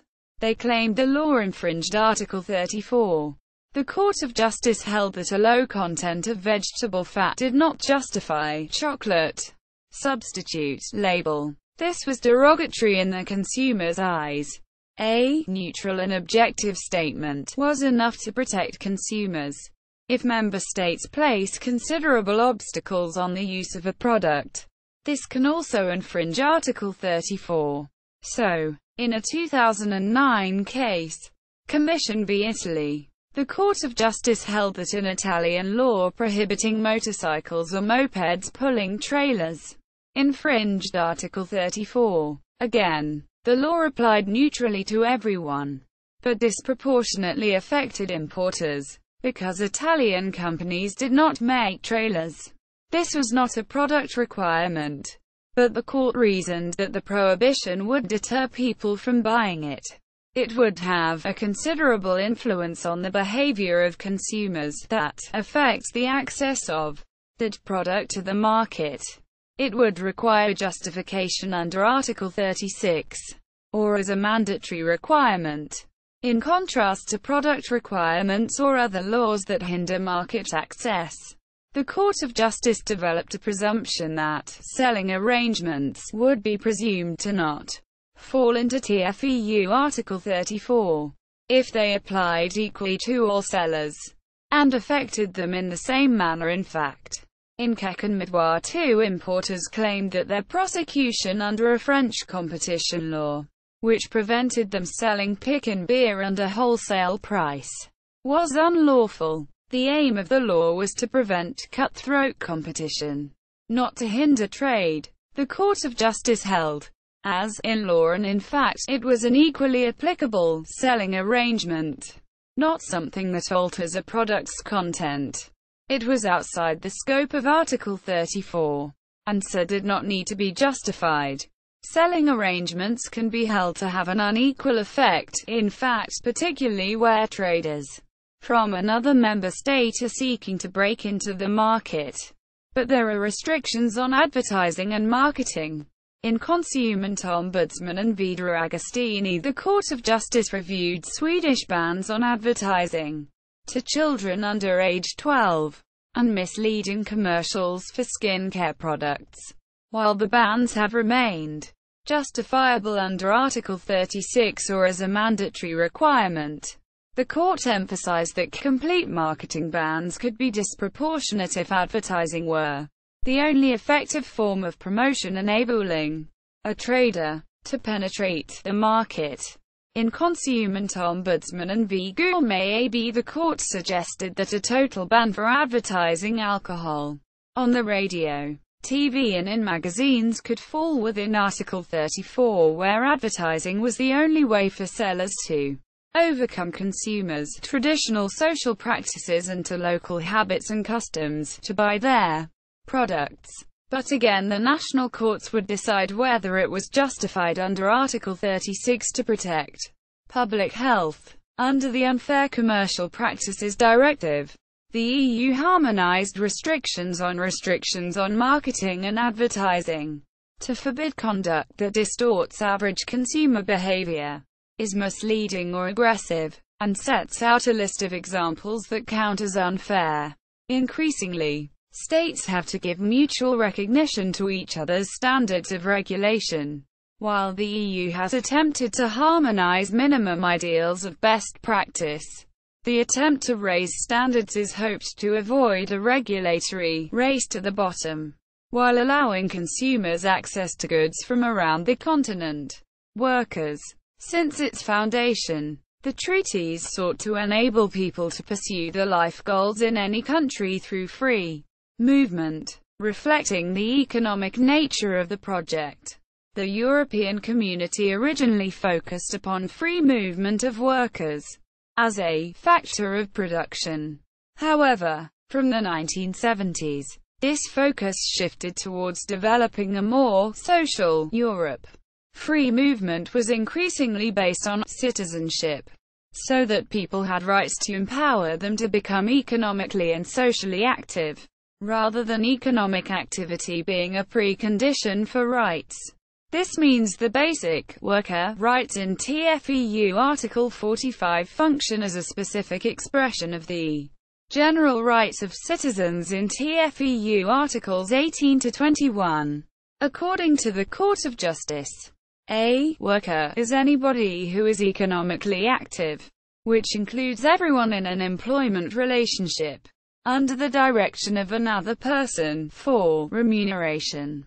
A job, however, need not be paid in money for someone to be protected as a worker. For example, in Stamen v. Staatssekretariatsverein Justitie, a German man claimed the right to residence in the Netherlands, while he volunteered plumbing and household duties in the Bargwin community, which provided for everyone's material needs irrespective of their contributions. The Court of Justice held that Mr. Stamen was entitled to stay, so long as there was at least an indirect quid pro quo for the work he did. Having worker status means protection against all forms of discrimination by governments and employers in access to employment, tax, and social security rights. By contrast, a citizen, who is any person having the nationality of a member state, TFEU Article 21, has rights to seek work, vote in local and European elections, but more restricted rights to claim social security. In practice, free movement has become politically contentious as nationalist political parties have manipulated fears about immigrants taking away people's jobs and benefits, paradoxically at the same time. Nevertheless, Practically all available research finds little impact of labor mobility on wages and employment of local workers. The Free Movement of Workers Regulation Articles 1 to 7 set out the main provisions on equal treatment of workers. First, Articles 1 to 4 generally require that workers can take up employment, conclude contracts, and not suffer discrimination compared to nationals of the member state. In a famous case, the Belgian Football Association v. Bosman, a Belgian footballer named Jean-Marc Bosman claimed that he should be able to transfer from R.F.C. de Liege to USL Dunkirk when his contract finished, regardless of whether Dunkirk could afford to pay Liege the habitual transfer fees. The Court of Justice held the transfer rules constitute an obstacle to free movement, and were unlawful unless they could be justified in the public interest. But this was unlikely. In Grainer v. Minister for Education, the Court of Justice accepted that a requirement to speak Gaelic to teach in a Dublin design college could be justified as part of the public policy of promoting the Irish language, but only if the measure was not disproportionate. By contrast, in Anganese v. Casa di Risparmio di Bolzano, Spara Bank in Bolzano, Italy, was not allowed to require Mr. Anganese to have a bilingual certificate that could only be obtained in Bolzano. The Court of Justice, giving horizontal, direct effect to TFEU Article 45, reasoned that people from other countries would have little chance of acquiring the certificate, and because it was impossible to submit proof of the required linguistic knowledge by any other means, the measure was disproportionate. Second, Article 7(2) requires equal treatment in respect of tax. In Finanzam Köln-Altstadt v. Schumacher, the Court of Justice held that it contravened TFEU Art. 45 to deny tax benefits, e.g., for married couples, and social insurance expense deductions, to a man who worked in Germany, but was resident in Belgium when other German residents got the benefits. By contrast, in Weigel v. Finanzlandesdirektion für Vorarlberg, the Court of Justice rejected Mr. Weigel's claim that a re-registration charge upon bringing his car to Austria violated his right to free movement. Although the tax was likely to have a negative bearing on the decision of migrant workers to exercise their right to freedom of movement, because the charge applied equally to Austrians. In absence of EU legislation on the matter, it had to be regarded as justified. Third, people must receive equal treatment regarding social advantages. Although the court has approved residential qualifying periods, in Hendricks v. Employee Insurance Institute, the Court of Justice held that a Dutch national was not entitled to continue receiving incapacity benefits when he moved to Belgium, because the benefit was closely linked to the socio-economic situation of the Netherlands. Conversely, in Gevin v. Land Noordrijn-Westfalen, the Court of Justice held that a Dutch woman living in the Netherlands, but working between 3 and 14 hours a week in Germany, did not have a right to receive German child benefits, even though the wife of a man who worked full-time in Germany but was resident in Austria could. The general justifications for limiting free movement in TFEU Article 45 (3) are public policy, public security or public health, and there is also a general exception in Article 45 (4) for employment in the public service. Citizens, beyond the right of free movement to work, the EU has increasingly sought to guarantee rights of citizens, and rights simply by being a human being. But although the Court of Justice stated that citizenship is destined to be the fundamental status of nationals of the member states, political debate remains on who should have access to public services and welfare systems funded by taxation. In 2008, just 8 million people from 500 million EU citizens 1.7%, had in fact exercised rights of free movement. The vast majority workers. According to TFEU Article 20, citizenship of the EU derives from nationality of a member state. Article 21 confers general rights to free movement in the EU and to reside freely within limits set by legislation. This applies for citizens and their immediate family members. This triggers four main groups of rights. 1. To enter, depart and return, without undue restrictions. 2. To reside, without becoming an unreasonable burden on social assistance. 3. To vote in local and European elections. And 4. The right to equal treatment with nationals of the host state, but for social assistance only after 3 months of residence.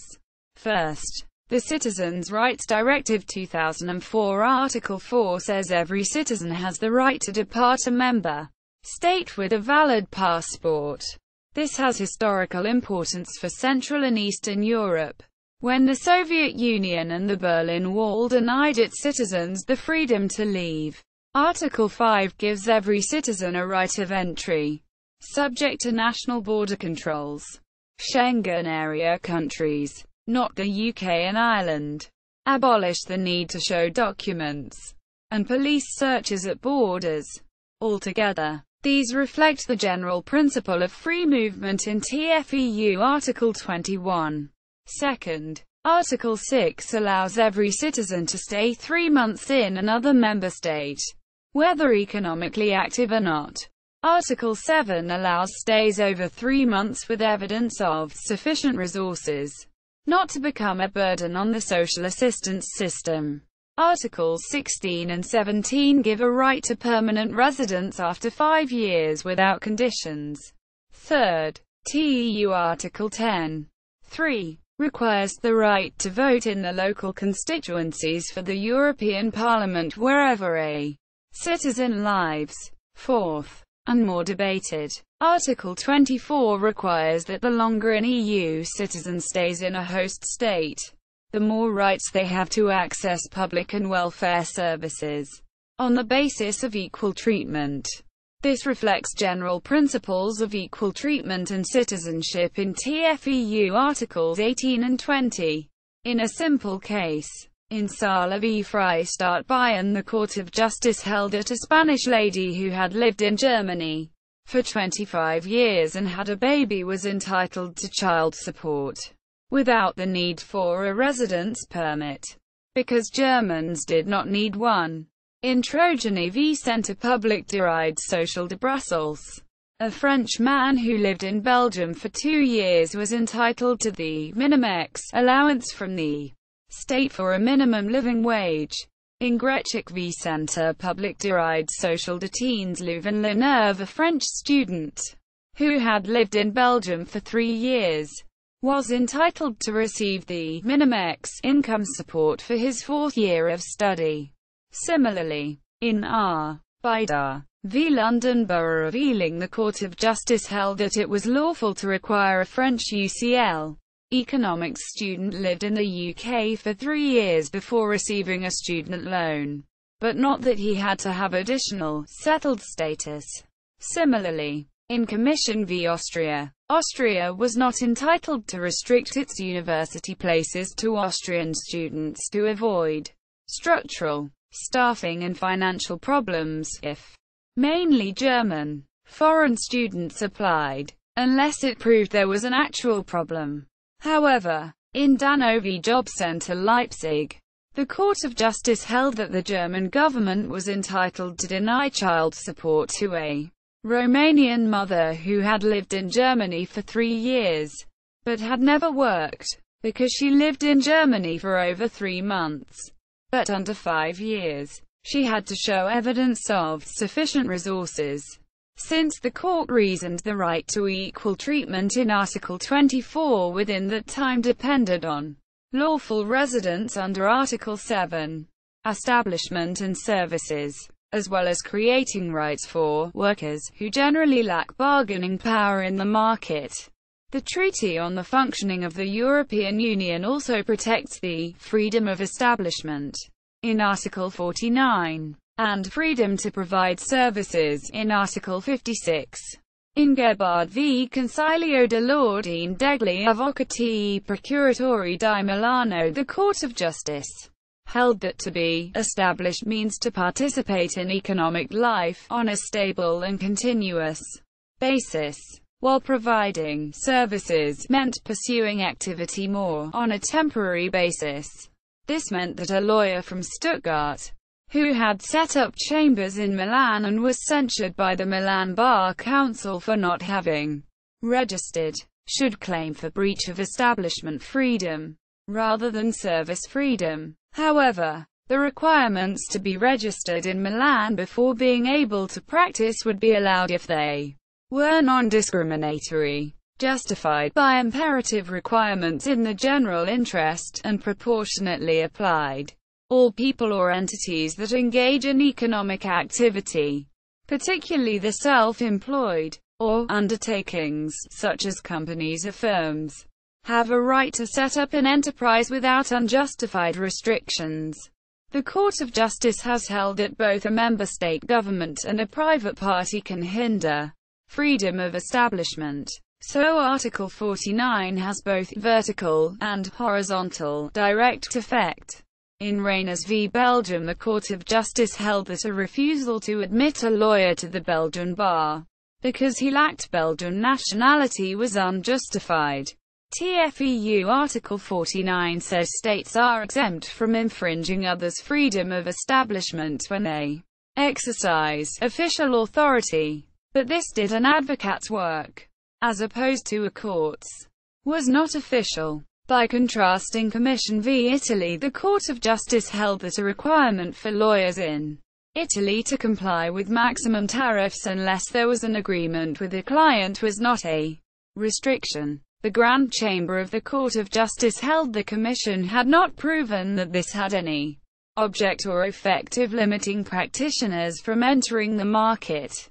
Therefore, there was no prima facie infringement freedom of establishment that needed to be justified.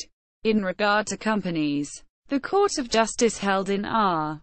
Daily Mail and General Trust plc. VHM Treasury that member states could restrict a company moving its seat of business without infringing TFEU Article 49. This meant the Daily Mail newspaper's parent company could not evade tax by shifting its residence to the Netherlands without first settling its tax bills in the UK. The UK did not need to justify its action, as rules on company seats were not yet harmonised. By contrast, in Centros Limited v. Ervisis Ogselkab Cyrilson, the Court of Justice found that a UK limited company operating in Denmark could not be required to comply with Denmark's minimum share capital rules.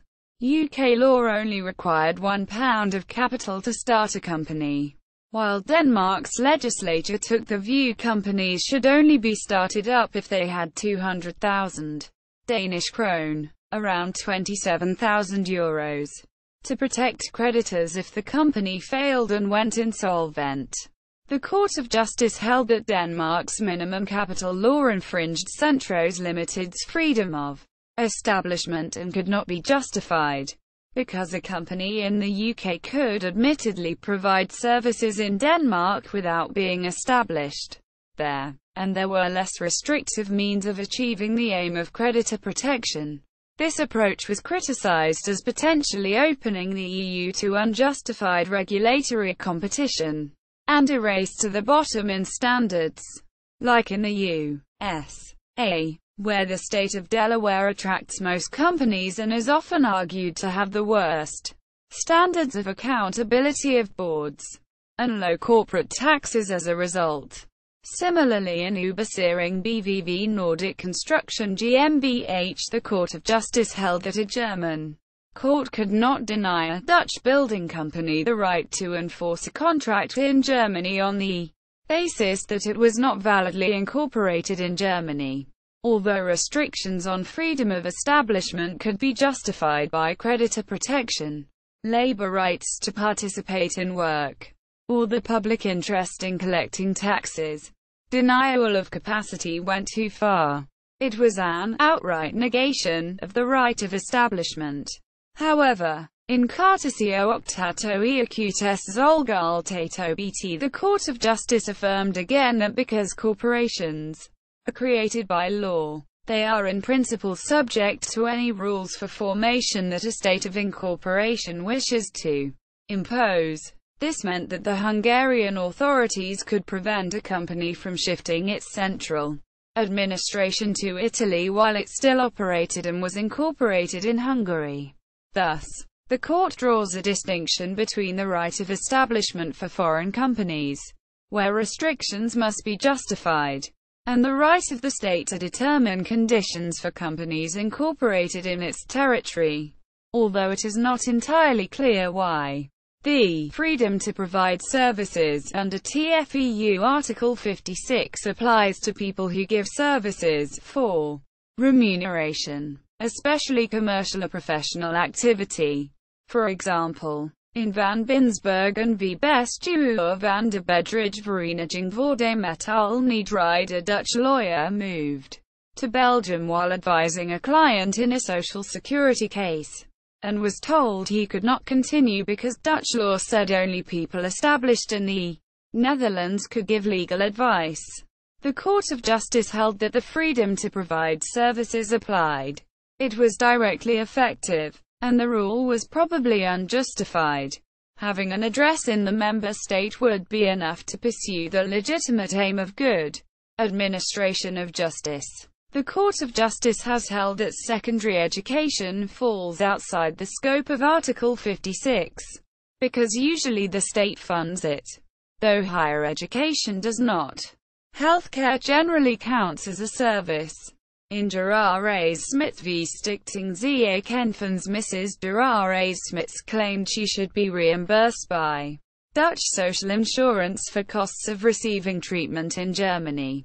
The Dutch health authorities regarded the treatment unnecessary, so she argued this restricted the freedom of the German health clinic to provide services. Several governments submitted that hospital services should not be regarded as economic and should not fall within Article 56.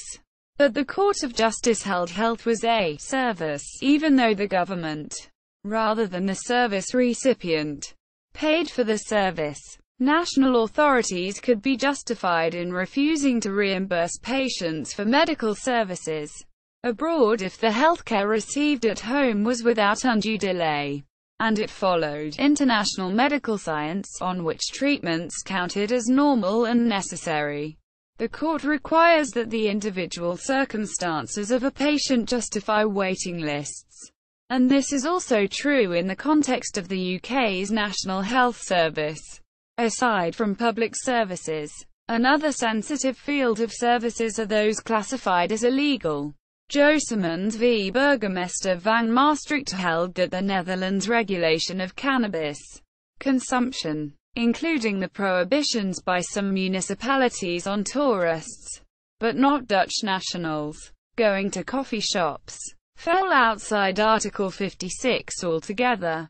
The Court of Justice reasoned that narcotic drugs were controlled in all member states, and so this differed from other cases where prostitution or other quasi-legal activity was subject to restriction. If an activity does fall within Article 56, a restriction can be justified under Article 52 or overriding requirements developed by the Court of Justice. In Alpine Investments BVV, Minister van Financiën, a business that sold commodities futures with Merrill Lynch and other banking firms, attempted to challenge a Dutch law that prohibiting cold calling customers.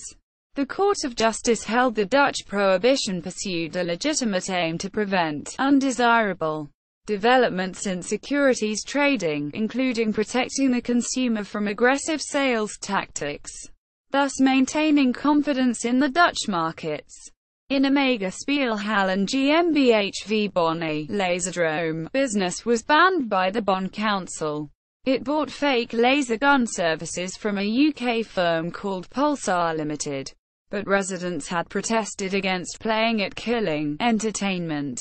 The Court of Justice held that the German constitutional value of human dignity, which underpinned the ban, did count as a justified restriction on freedom to provide services.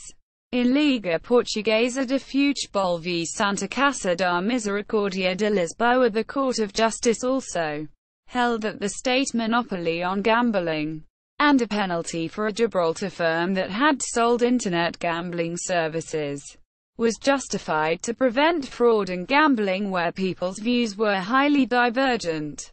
The ban was proportionate, as this was an appropriate and necessary way to tackle all the serious problems of fraud that arise over the Internet.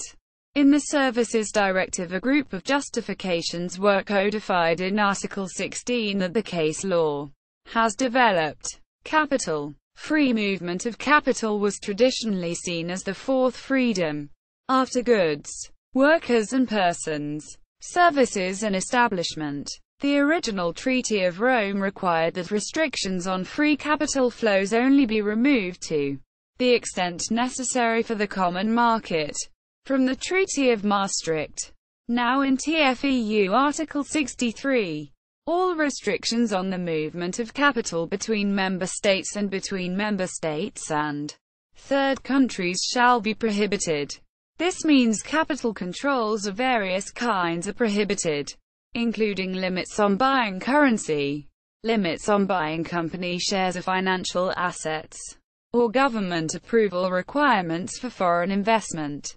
By contrast, taxation of capital, including corporate tax, capital gains tax and financial transaction tax, are not affected so long as they do not discriminate by nationality. According to the Capital Movement Directive 1988, Annex I, 13 categories of capital which must move free are covered in BAAR's v Inspector der Belastungen particular, and the Court of Justice held that for investments in companies, the capital rules, rather than freedom of establishment rules, were engaged if an investment did not enable a definite influence through shareholder voting or other rights by the investor.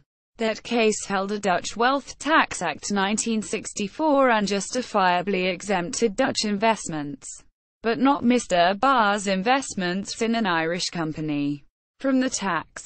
The wealth tax, or exemptions, had to be applied equally. On the other hand, TFEU Article 65 (1) does not prevent taxes that distinguish taxpayers based on the residence or the location of an investment, as taxes commonly focus on a person's actual source of profit, or any measures to prevent tax evasion. Apart from tax cases, largely following from the opinions of Advocate General Maduro, a series of cases held that government-owned golden shares were unlawful. In Commission v. Germany, the Commission claimed the German Volkswagen Act 1960 violated Article 63.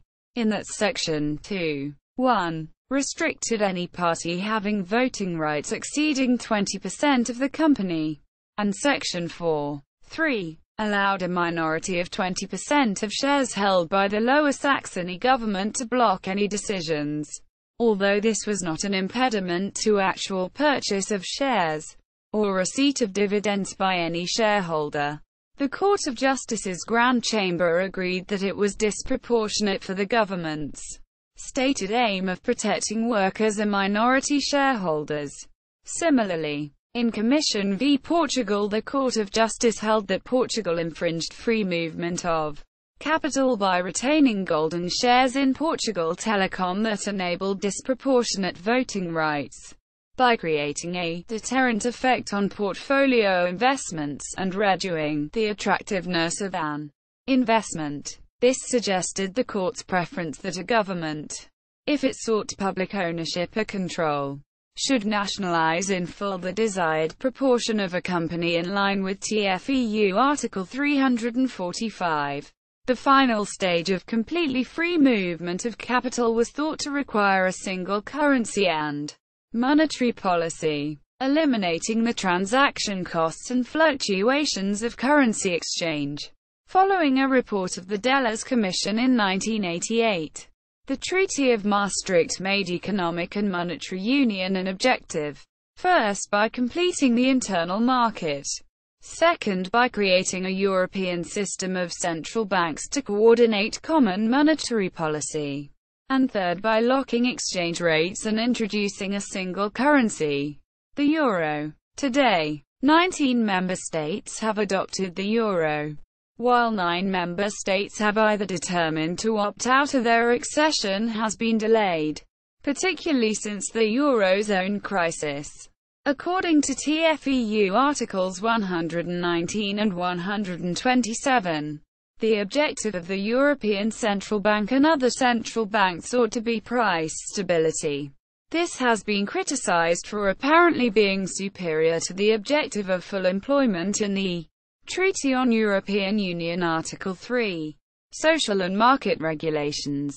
While the European Economic Community originally focused on free movement and dismantling barriers to trade, more EU law today concerns regulation of the social market economy.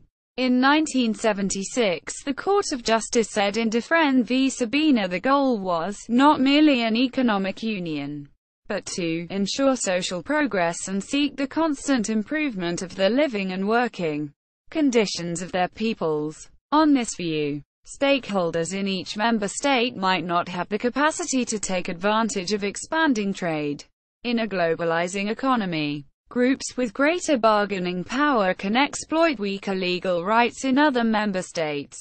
For example, a corporation could shift production to member states with a lower minimum wage to increase shareholder profit, even if production costs more and workers are paid less.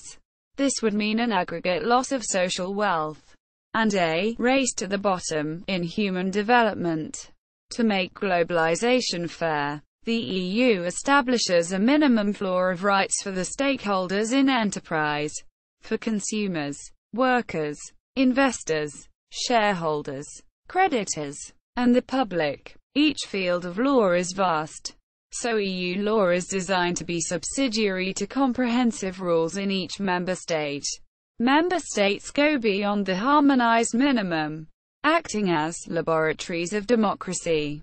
EU law makes basic standards of exit, where markets operate, rights, enforceable in court, and voice, especially through votes. In enterprise, rules of competition law balance the interests of different groups, generally to favor consumers. For the larger purpose in the Treaty on European Union Article 3 of a highly competitive social market economy, the EU is bound by the Treaty on the Functioning of the European Union Article 345 to, in no way, prejudice the rules in member states governing the system of property ownership. This means the EU is bound to be neutral to member states' choice to take enterprises into public ownership, or to privatize them. While there have been academic proposals for a European civil code, and projects to frame non-binding principles of contract and tort, harmonization has only occurred for conflict of laws and intellectual property. Consumer protection. Protection of European consumers has been a central part of developing the EU internal market. The Treaty on the Functioning of the European Union Article 169 enables the EU to follow the ordinary legislative procedure to protect consumers' health, safety and economic interests, and promote rights to information, education and to organize themselves in order to safeguard their interests. All member states may grant higher protection, and a high level of consumer protection is regarded as a fundamental right. Beyond these general principles, and outside specific sectors, there are 4 main directives. The Product Liability Directive 1985, Unfair Terms in Consumer Contracts Directive 1993, Unfair Commercial Practices Directive 2005 and the Consumer Rights Directive 2011, requiring information and cancellation rights for consumers. As a whole, The law is designed to ensure that consumers in the EU are entitled to the same minimum rights wherever they shop, and largely follows inspiration from theories of consumer protection developed in California and the Consumer Bill of Rights proclaimed by John F. Kennedy in 1962. The Court of Justice has continually affirmed that the need for more consumer rights than in commercial contracts, both because consumers tend to lack information and they have less bargaining power.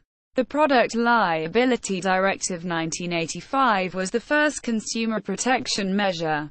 It creates strict enterprise liability for all producers and retailers for any harm to consumers from products, as a way to promote basic standards of health and safety. Any producer or supplier, if the ultimate producer is insolvent of a product, is strictly liable to compensate a consumer for any damage caused by a defective product. A defect is anything which falls below what a consumer is entitled to expect, and this essentially means that products should be safe for their purpose. A narrow defensive is available if a producer can show that a defect could not be known by any scientific method. This has never been successfully invoked, because it is generally thought a profit-making enterprise should not be able to externalize the risks of its activities. The Unfair Terms in Consumer Contracts Directive 1993 was the second main measure. Under Article 3.1, a term is unfair and not binding if it is not individually negotiated, and if, contrary to the requirement of good faith, it causes a significant imbalance in the parties' rights and obligations arising under the contract, to the detriment of the consumer. The Court of Justice has continually affirmed that the directive, as Recital 16 states, is based on the idea that the consumer is in a weak position vis-à-vis the seller or supplier, as regards both his bargaining power and his level of knowledge.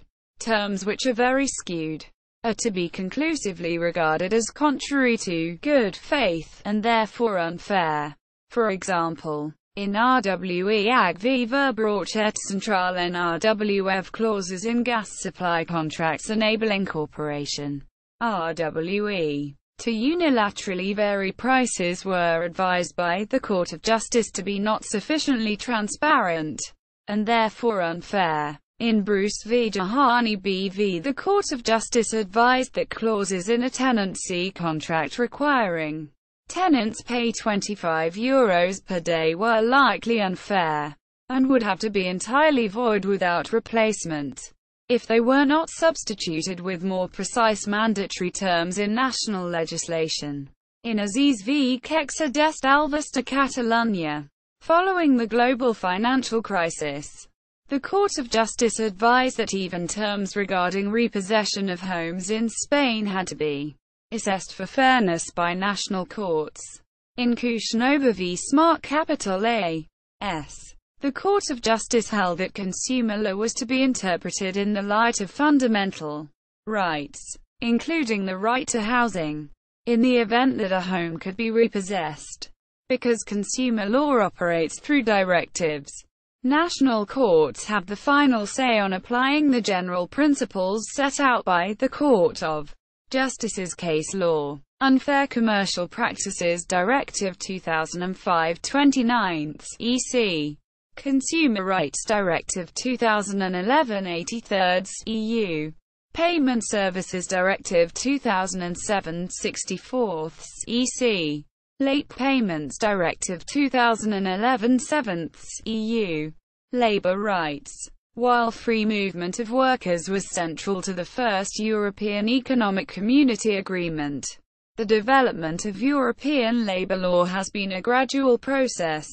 Originally, the Olin Report of 1956 recommended that labour standards did not need to be harmonised, although a general principle of anti-discrimination between men and women was included in the early treaties. Increasingly, the absence of labour rights was seen as inadequate given the capacity for a race to the bottom in international trade if corporations can shift jobs and production to countries with low wages. Today, the EU is required under TFEU Article 147 to contribute to a high level of employment by encouraging cooperation between member states. This has not resulted in legislation, which usually requires taxation and fiscal stimulus for significant change. While the European Central Bank's monetary policy has been acutely controversial during the Eurozone crisis, under Article 153(1), the EU is able to use the ordinary legislation procedure on a list of labour law fields. This notably excludes wage regulation and collective bargaining.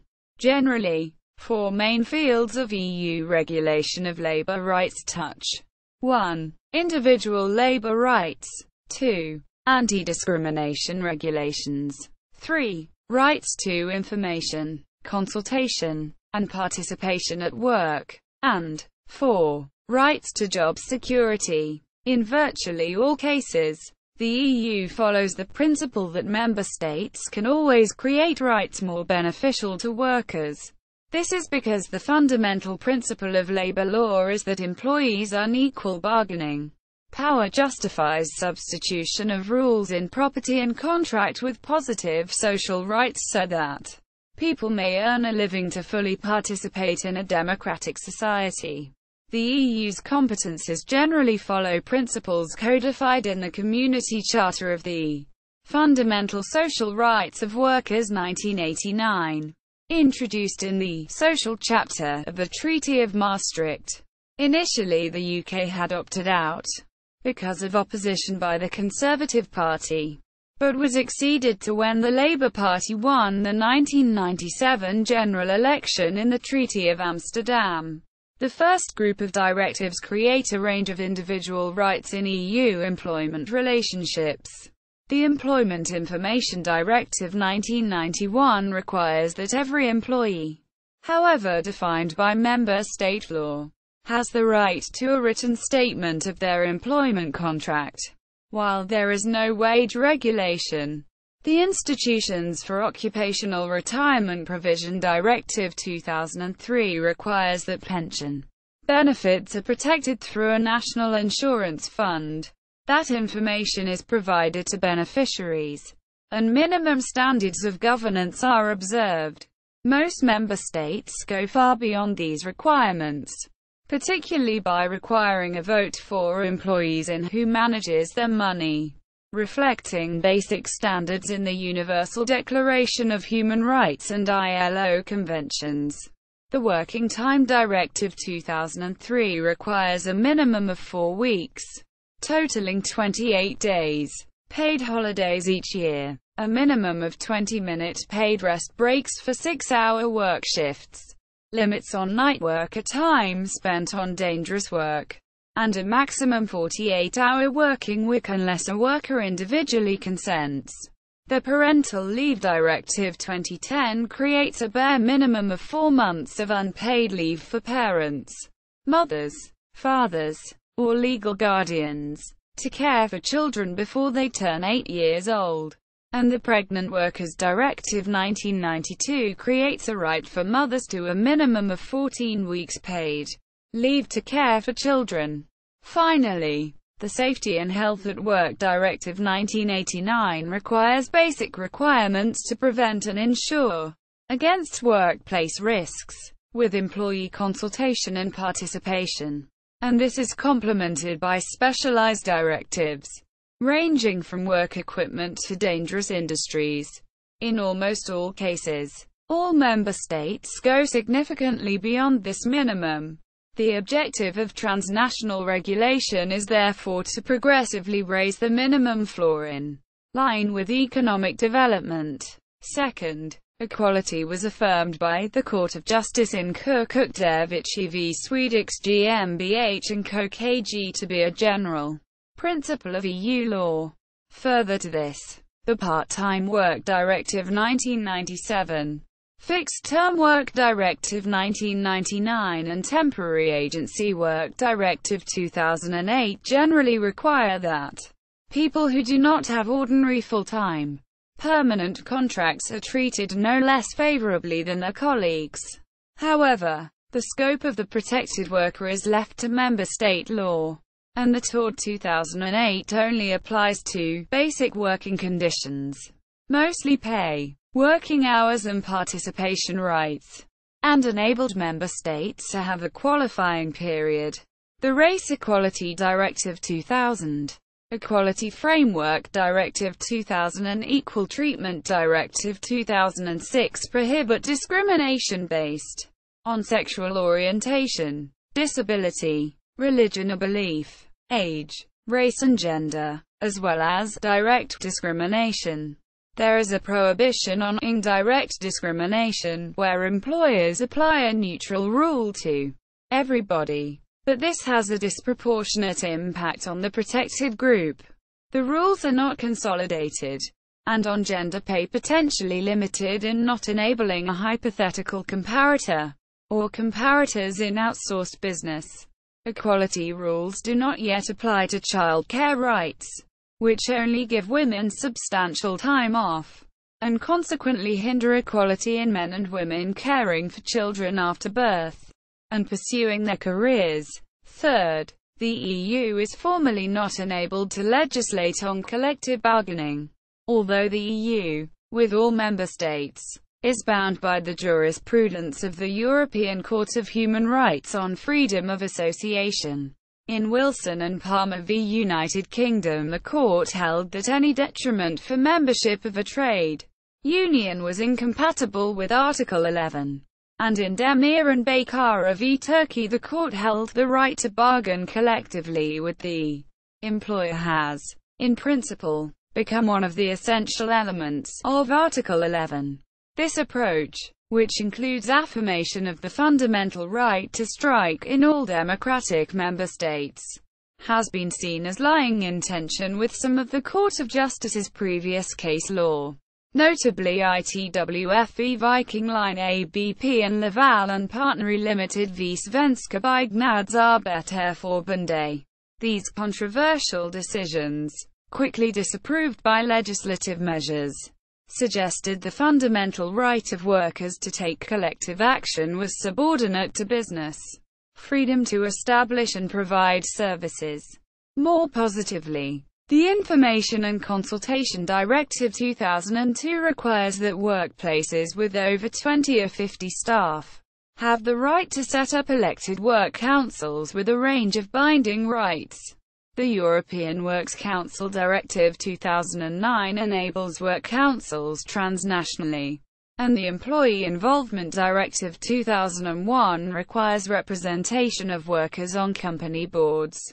In some European companies, if a company transforms from a member state corporation to incorporate under the European Company Regulation 2001, employees are entitled to no less favorable representation than under the member state's existing board participation laws. This is practically important as a majority of EU member states require employee representation on company boards. Fourth, minimum job security rights are provided by 3 directives. The Collective Redundancies Directive 1998 specifies that minimum periods of notice and consultation occur if more than a set number of jobs in a workplace are at risk. The Transfers of Undertakings Directive 2001 require that staff retain all contractual rights, unless there is an independent economic, technical or organizational reason, if their workplace is sold from one company to another. Last, the Insolvency Protection Directive 2008 requires that employees' wage claims are protected in the event that their employer falls insolvent. This last directive gave rise to Frankovic v. Italy, where the Court of Justice affirmed that member states which fail to implement the minimum standards in EU directives are liable to pay compensation to employees who should have rights under them. Companies and investment. Like labor regulation, European corporate law is not a complete system, and there is no such thing as a self-standing European corporation. Instead, a series of directives require minimum standards, usually protecting investors, to be implemented in national corporate laws. The largest in Europe remain member state incorporations, such as the UK plc, the German AG, or the French SA. There is, however, a European company, or Societas Europea, abbreviated to SHE, created by the Statute for a European Company Regulation 2001. This sets out basic provisions on the method of registration, e.g., by merger or reincorporation of an existing company, but then states that wherever the SHE has its registered office, the law of that member state supplements the rules of the statute. The Employee Involvement Directive 2001 also adds that, when an SHE is incorporated, employees have the default right to retain all existing representation on the board of directors that they have, unless they negotiate by collective agreement a different or better plan than is provided for in existing member state law. Other than this, most important standards in a typical company law are left to member state law, so long as they comply with further minimum requirements in the company law directives.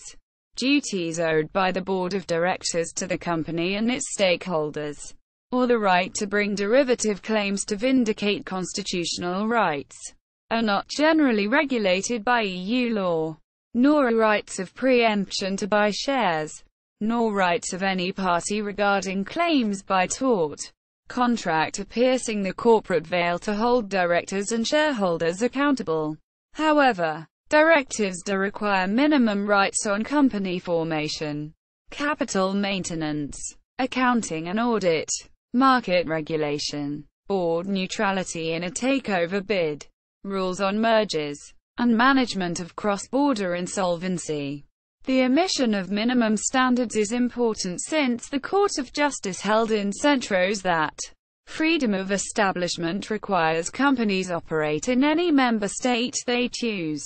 This has been argued to risk a race to the bottom in standards, although the Court of Justice soon affirmed in Inspire Art that companies must still comply with proportionate requirements that are in the public interest. Among the most important governance standards are rights vote for who is on the board of directors, for investors of labor and capital.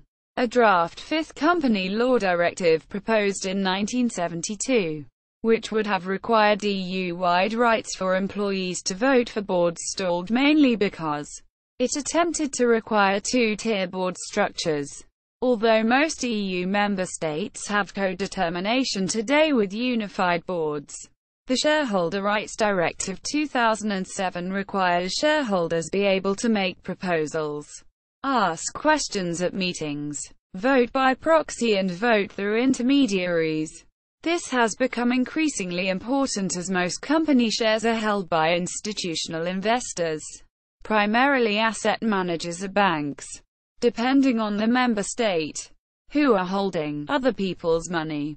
A large proportion of this money comes from employees and other people saving for retirement, but who do not have an effective voice. Unlike Switzerland after a 2013 People's Initiative, or the U.S. Dodd-Frank Act 2010 in relation to brokers, the EU has not yet prevented intermediaries casting votes without express instructions of beneficiaries. This concentrates power into a small number of financial institutions, and creates the potential for conflicts of interest where financial institutions sell retirement, banking or products to companies in which they cast votes with other people's money.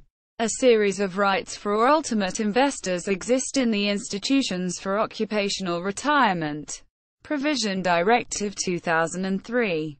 This requires duties of disclosure in how a retirement fund is run, funding and insurance to guard against insolvency, but not yet that voting rights are only cast on the instructions of investors. By contrast, the Undertakings for Collective Investment in Transferable Securities Directive 2009 does suggest that investors in a mutual fund or collective investment scheme, should control the voting rights. The UCITS Directive 2009 is primarily concerned with creating a passport. If a firm complies with rules on authorization and governance of the management and investment companies in an overall fund structure, it can sell its shares in a collective investment scheme across the EU. This forms a broader package of directives on securities and financial market regulation, much of which has been shaped by experience in the banking crisis of 2007-08. Additional rules on remuneration practices, separating depository bodies in firms from management and investment companies, and more penalties for violations were inserted in 2014. These measures are meant to decrease the risk to investors that an investment goes insolvent. The Markets in Financial Instruments Directive 2004 applies to other businesses selling financial instruments. It requires similar authorization procedures to have a passport to sell in any EU country, and transparency of financial contracts through duties to disclose material information about products being sold, including disclosure of potential conflicts of interest with clients. The Alternative Investment Fund Managers Directive 2011 applies to firms with massive quantities of capital, over €100 million, essentially hedge funds and private equity firms. Similarly, it requires authorization to sell products EU-wide, and then basic transparency requirements on products being sold. Requirements in remuneration policies for fund managers that are perceived to reduce risk, or make pay performance-related. They do not, however, require limits to pay. There are general prohibitions on conflicts of interest, and specialized prohibitions on asset stripping. The Solvency II Directive 2009 is directed particularly at insurance firms, requiring minimum capital and best practices in valuation of assets. Again, to avoid insolvency, the Capital Requirements Directives contain analogous rules, with similar goals. For banks to administer the new rules, the European System of Financial Supervision was established in 2011. And consists of three main branches: the European Securities and Markets Authority in Paris, the European Banking Authority in London, and the European Insurance and Occupational Pensions Authority in Frankfurt. Competition law. Competition law has been perceived as an essential part of the social market economy since the Treaty of Rome. Its main aims are to prevent monopolies abusing a dominant position, by prohibiting exploitative practices and potentially by breaking them up, to prevent anti-competitive mergers and takeovers occurring, and to criminalize cartels or collusive practices by independent firms. According to the Court of Justice and the dominant view, the law aims to protect an effective competition structure to enhance consumer and social welfare, aiming at full employment and social progress, and a high level of protection and improvement of the quality of the environment. The scope of European competition law is limited in three main ways. First, by ensuring that only undertakings are regulated. This will include any profit-making business. But the Court of Justice suggests it is limited to entities engaged in an economic activity.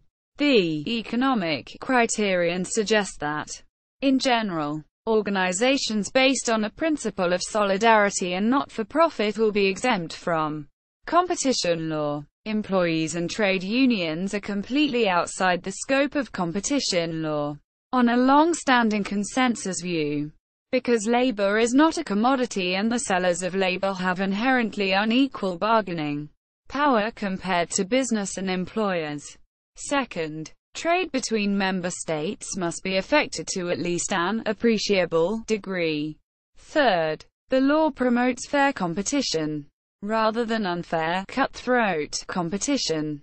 For example, In Mecca, Medina and Majkan v. Commission, the Court of Justice held that rules of the International Olympic Committee and the International Swimming Federation which prohibited drugs were outside the scope of competition law altogether.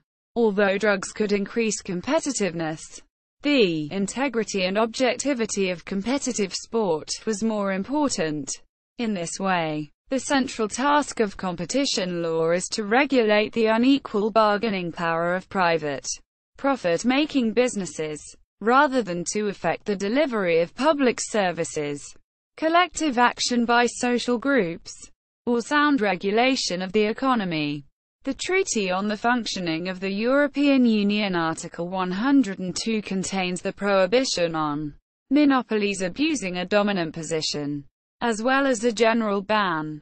It prohibits specific practices including price discrimination and exclusive dealing.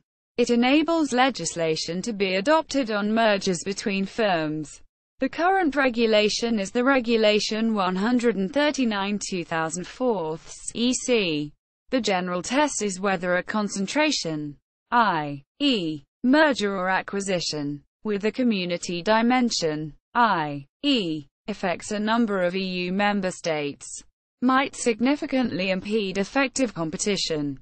The Treaty of Lisbon prohibits anti-competitive agreements in Article 101(1), including price fixing. According to Article 101(2), any such agreements are automatically void. Article 101(3) establishes exemptions if the collusion is for distributional or technological innovation, gives consumers a fair share of the benefit, and does not include unreasonable restraints that risk eliminating competition anywhere, or compliant with the general principle of European Union law of proportionality. Articles 106 and 107 provide that member states' right to deliver public services may not be obstructed, but that otherwise public enterprises must adhere to the same competition principles as companies. Article 107 lays down a general rule that the state may not aid or subsidize private parties in distortion of free competition, and provides exemptions for charities, regional development objectives, and in the event of a natural disaster, public services. TFEU Article 106. 1. No special or exclusive rights for undertakings that distort competition.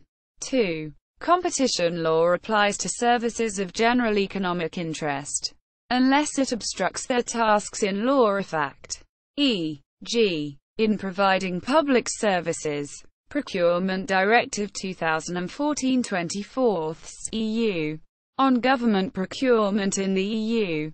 TFEU Art 107. 1. No state aid that distorts competition, but 2. Aid allowed for individual consumers, without discrimination, and 3. For economic development, particularly to tackle underemployment. Specific sector regulation. 1. Health, affected by freedom to provide services. 2. Education, affected by free movement. 3. Banks, capital requirements directives. 4. Renewable Energy Directive 2009/28 EC. 5. Electricity Market Directive 2003/54 EC. 6. First Railway Directive 91/440 EC. Second Railway Package 2004. Third Railway Package. Proposed Fourth Railway Package. 7. Telecoms Package and Universal Service Directive 2002 22 EC. 8. Postal Services Directive 97/67 EC. Obligations and property. Generally, there is no EU regulation of private law, rather than a collection of various initiatives. The main exception is in intellectual property rights. Rome I regulation. Rome II regulation. Principles of European contract law. Principles of European tort law.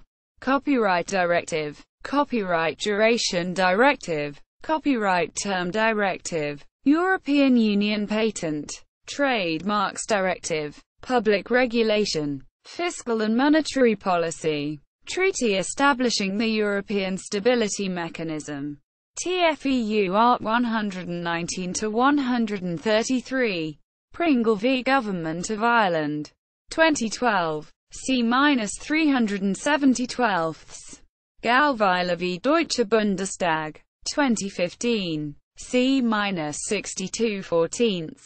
Taxation, European Union Value-Added Tax, European Union Withholding Tax, European Union Financial Transaction Tax.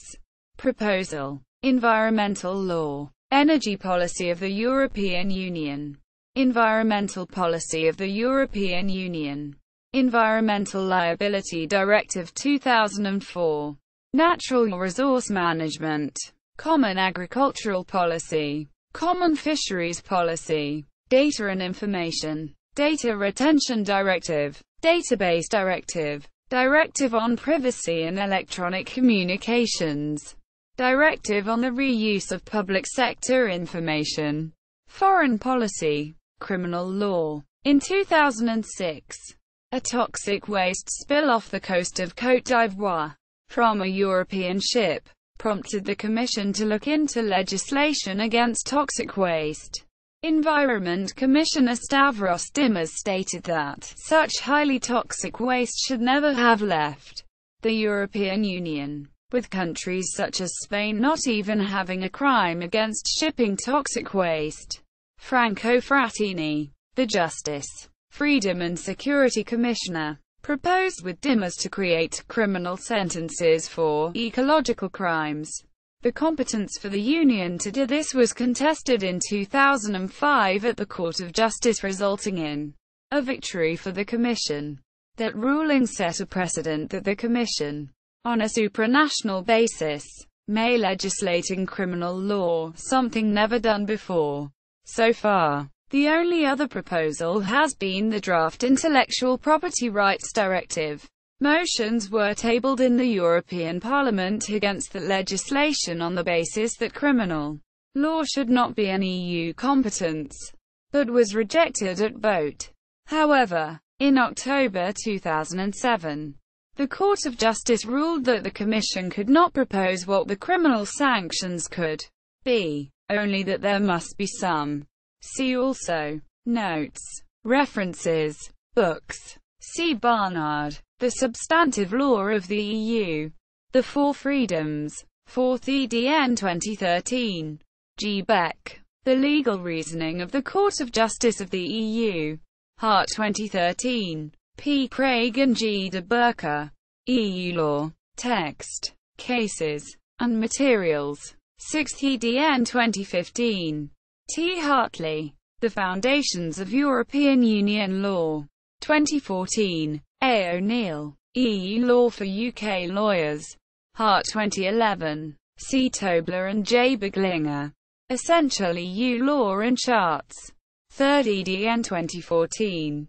Articles. J. H. Weiler. The Transformation of Europe. 1991. 100. 8. Yale Law Journal 2403.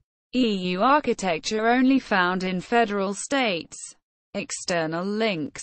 EU ALEX, online access to existing and proposed European Union legislation. Treaties. Summaries of EU legislation. Evolution of European Union legislation.